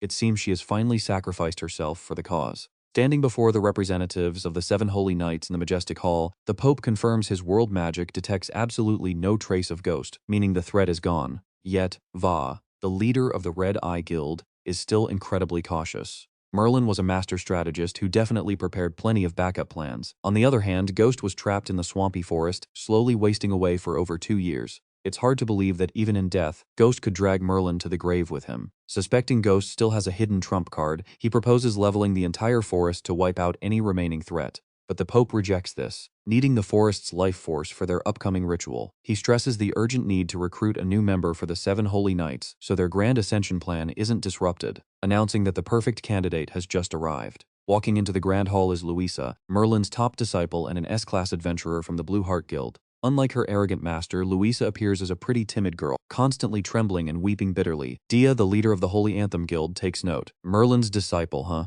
Quite a fitting candidate indeed. Even though this personality is nothing like Merlin's, Louisa falls to her knees, begging desperately. Your Holiness, noble holy knights, I beg of you. You must find a way to save Master Merlin. Louisa really does not know what to do. Without Master Merlin, the Blue Hat Guild is finished. Seeing her pitiful state, Ven, the leader of the Hawkeye Guild, mockingly offers to let her join his own squad if Blue Hat dissolves. But Louisa flatly refuses, bound by a lifelong oath to her master. She sobs, begging Pope Cross to save Merlin, even if she must sacrifice herself to receive the angel's grace. Faced with such loyalty, Pope V Cross asks coldly, "What a touching bond between master and disciple. But are you absolutely sure, Louisa? To save Merlin, are you truly willing to sacrifice yourself?" Fighting back her fear, Louisa gives a trembling nod, whispering that she is ready. The Pope then coldly delivers the brutal truth even angels cannot help now, because Merlin's soul is completely destroyed, never to return. Before the gathered holy knights, he officially decrees that starting today, the Blue Hat Guild and the legendary title of the 7 Great Holy Knights will be inherited by Louisa. Her bitter crying echoes through the quiet hall. "No, master," she weeps. But her grief is instantly cut short as Ven barks a cold reprimand at her. "Stop crying and show some gratitude. Countless fighters, far stronger than you, could only dream of reaching the 7 Great Holy Knights level." Louisa wipes her eyes and bows in complete obedience. "Lord Ven is quite right to instruct me," she says. "I will fulfill my master's will, manage Blue Hat and serve the Holy See." But secretly she remembers the last time she saw Merlin. Louisa had tracked her master to a dark room where the tracing magics was flashing an emergency signal. "Master," she called out in worry. The tracking magic went off. "What happened?" "Are you all right?" Emerging from the shadows is a withered, horribly bony hand reaching out to her. Merlin's broken body lies ruined on the floor, gasping for breath in absolute agony. Suddenly, the dying master's eyes snap wide open. Gritting her teeth in raw hatred, Merlin growls, "That damn ghost. Good thing I prepared for this by planting soul fragments into all my disciples. Louisa has the highest compatibility, so I will take over her body and reincarnate." She weakly wheezes her command. "Louisa, come here quickly, get over to your master and give me your hand." Yet Louisa just stands there with a pretty sinister smile, replying coldly, "I do not want to touch you. See, if I do not touch you, the magic you put in my heart will not trigger yet. You see, I secretly read that book of black magic." "Oh, man. You did not see that twist coming, did you?" Merlin screams in absolute panic. "You dare disobey your master? Hurry and save me, there is no time left." Her voice turns to desperate pleading. "Please, whatever you want, I will teach you all of my secrets. Just help me." Louisa clasps her hands, pretending to look concerned. "Oh, master, do not be like that. I will help you right now." She slowly pulls out a heavy black magic book, radiating dark, sinister energy. Without a single shred of hesitation, Louisa starts repeatedly slamming the heavy book down onto her master's broken body. Her face gets covered in blood, eyes wide with pure, naked greed, and a wild, crazy smile. "Louisa is going to help you find peace right now. Once you are dead, absolutely everything you own belongs entirely to me and me alone." Meanwhile, back in the muddy marsh, the giant mudskipper boss lies completely motionless. Suddenly, it starts twitching violently, its massive eyes rolling back in sheer agony and horror. The beast struggles to open its wide mouth, spitting out mud and blood, refusing to accept such a pathetic, humiliating defeat. Not down yet. Hiding deep beneath the mudskipper boss grits its teeth in raw anger. Damn it! Realizing the system is dead silent, with absolutely no experience point notifications, our slime mold instantly figures out the boss is just faking or knocked out. Keeping alert, it urges its frog puppet to run for its life. Waz, hurry up. Safety first, so running away is our best bet. But the ground suddenly shakes violently as the mudskipper surges beneath the slime at insane speed. Looking back, our main character screams in horror it is catching up. Knowing that racing on this open marsh is suicide, it immediately commands the frog. Wah, turn over that way. Do not even try to outrun this thing on the open mud flats. The whole team dives into a dense mangrove forest, hoping the tangled roots will slow their enemy down. Hiding behind a massive tree trunk, the slime mold holds its breath, desperately calculating its next tactical move. It knows the water spike charge needs a pretty long distance to stretch out and hit full power, but with the boss being this smart, it definitely is not going to fall for the same trick twice. On top of that, the enemy's mud manipulation magic is incredibly annoying. With the terrain heavily in its favor, risking a head-on fight is pointless. Too bad the mudskipper boss has already spotted their hiding place.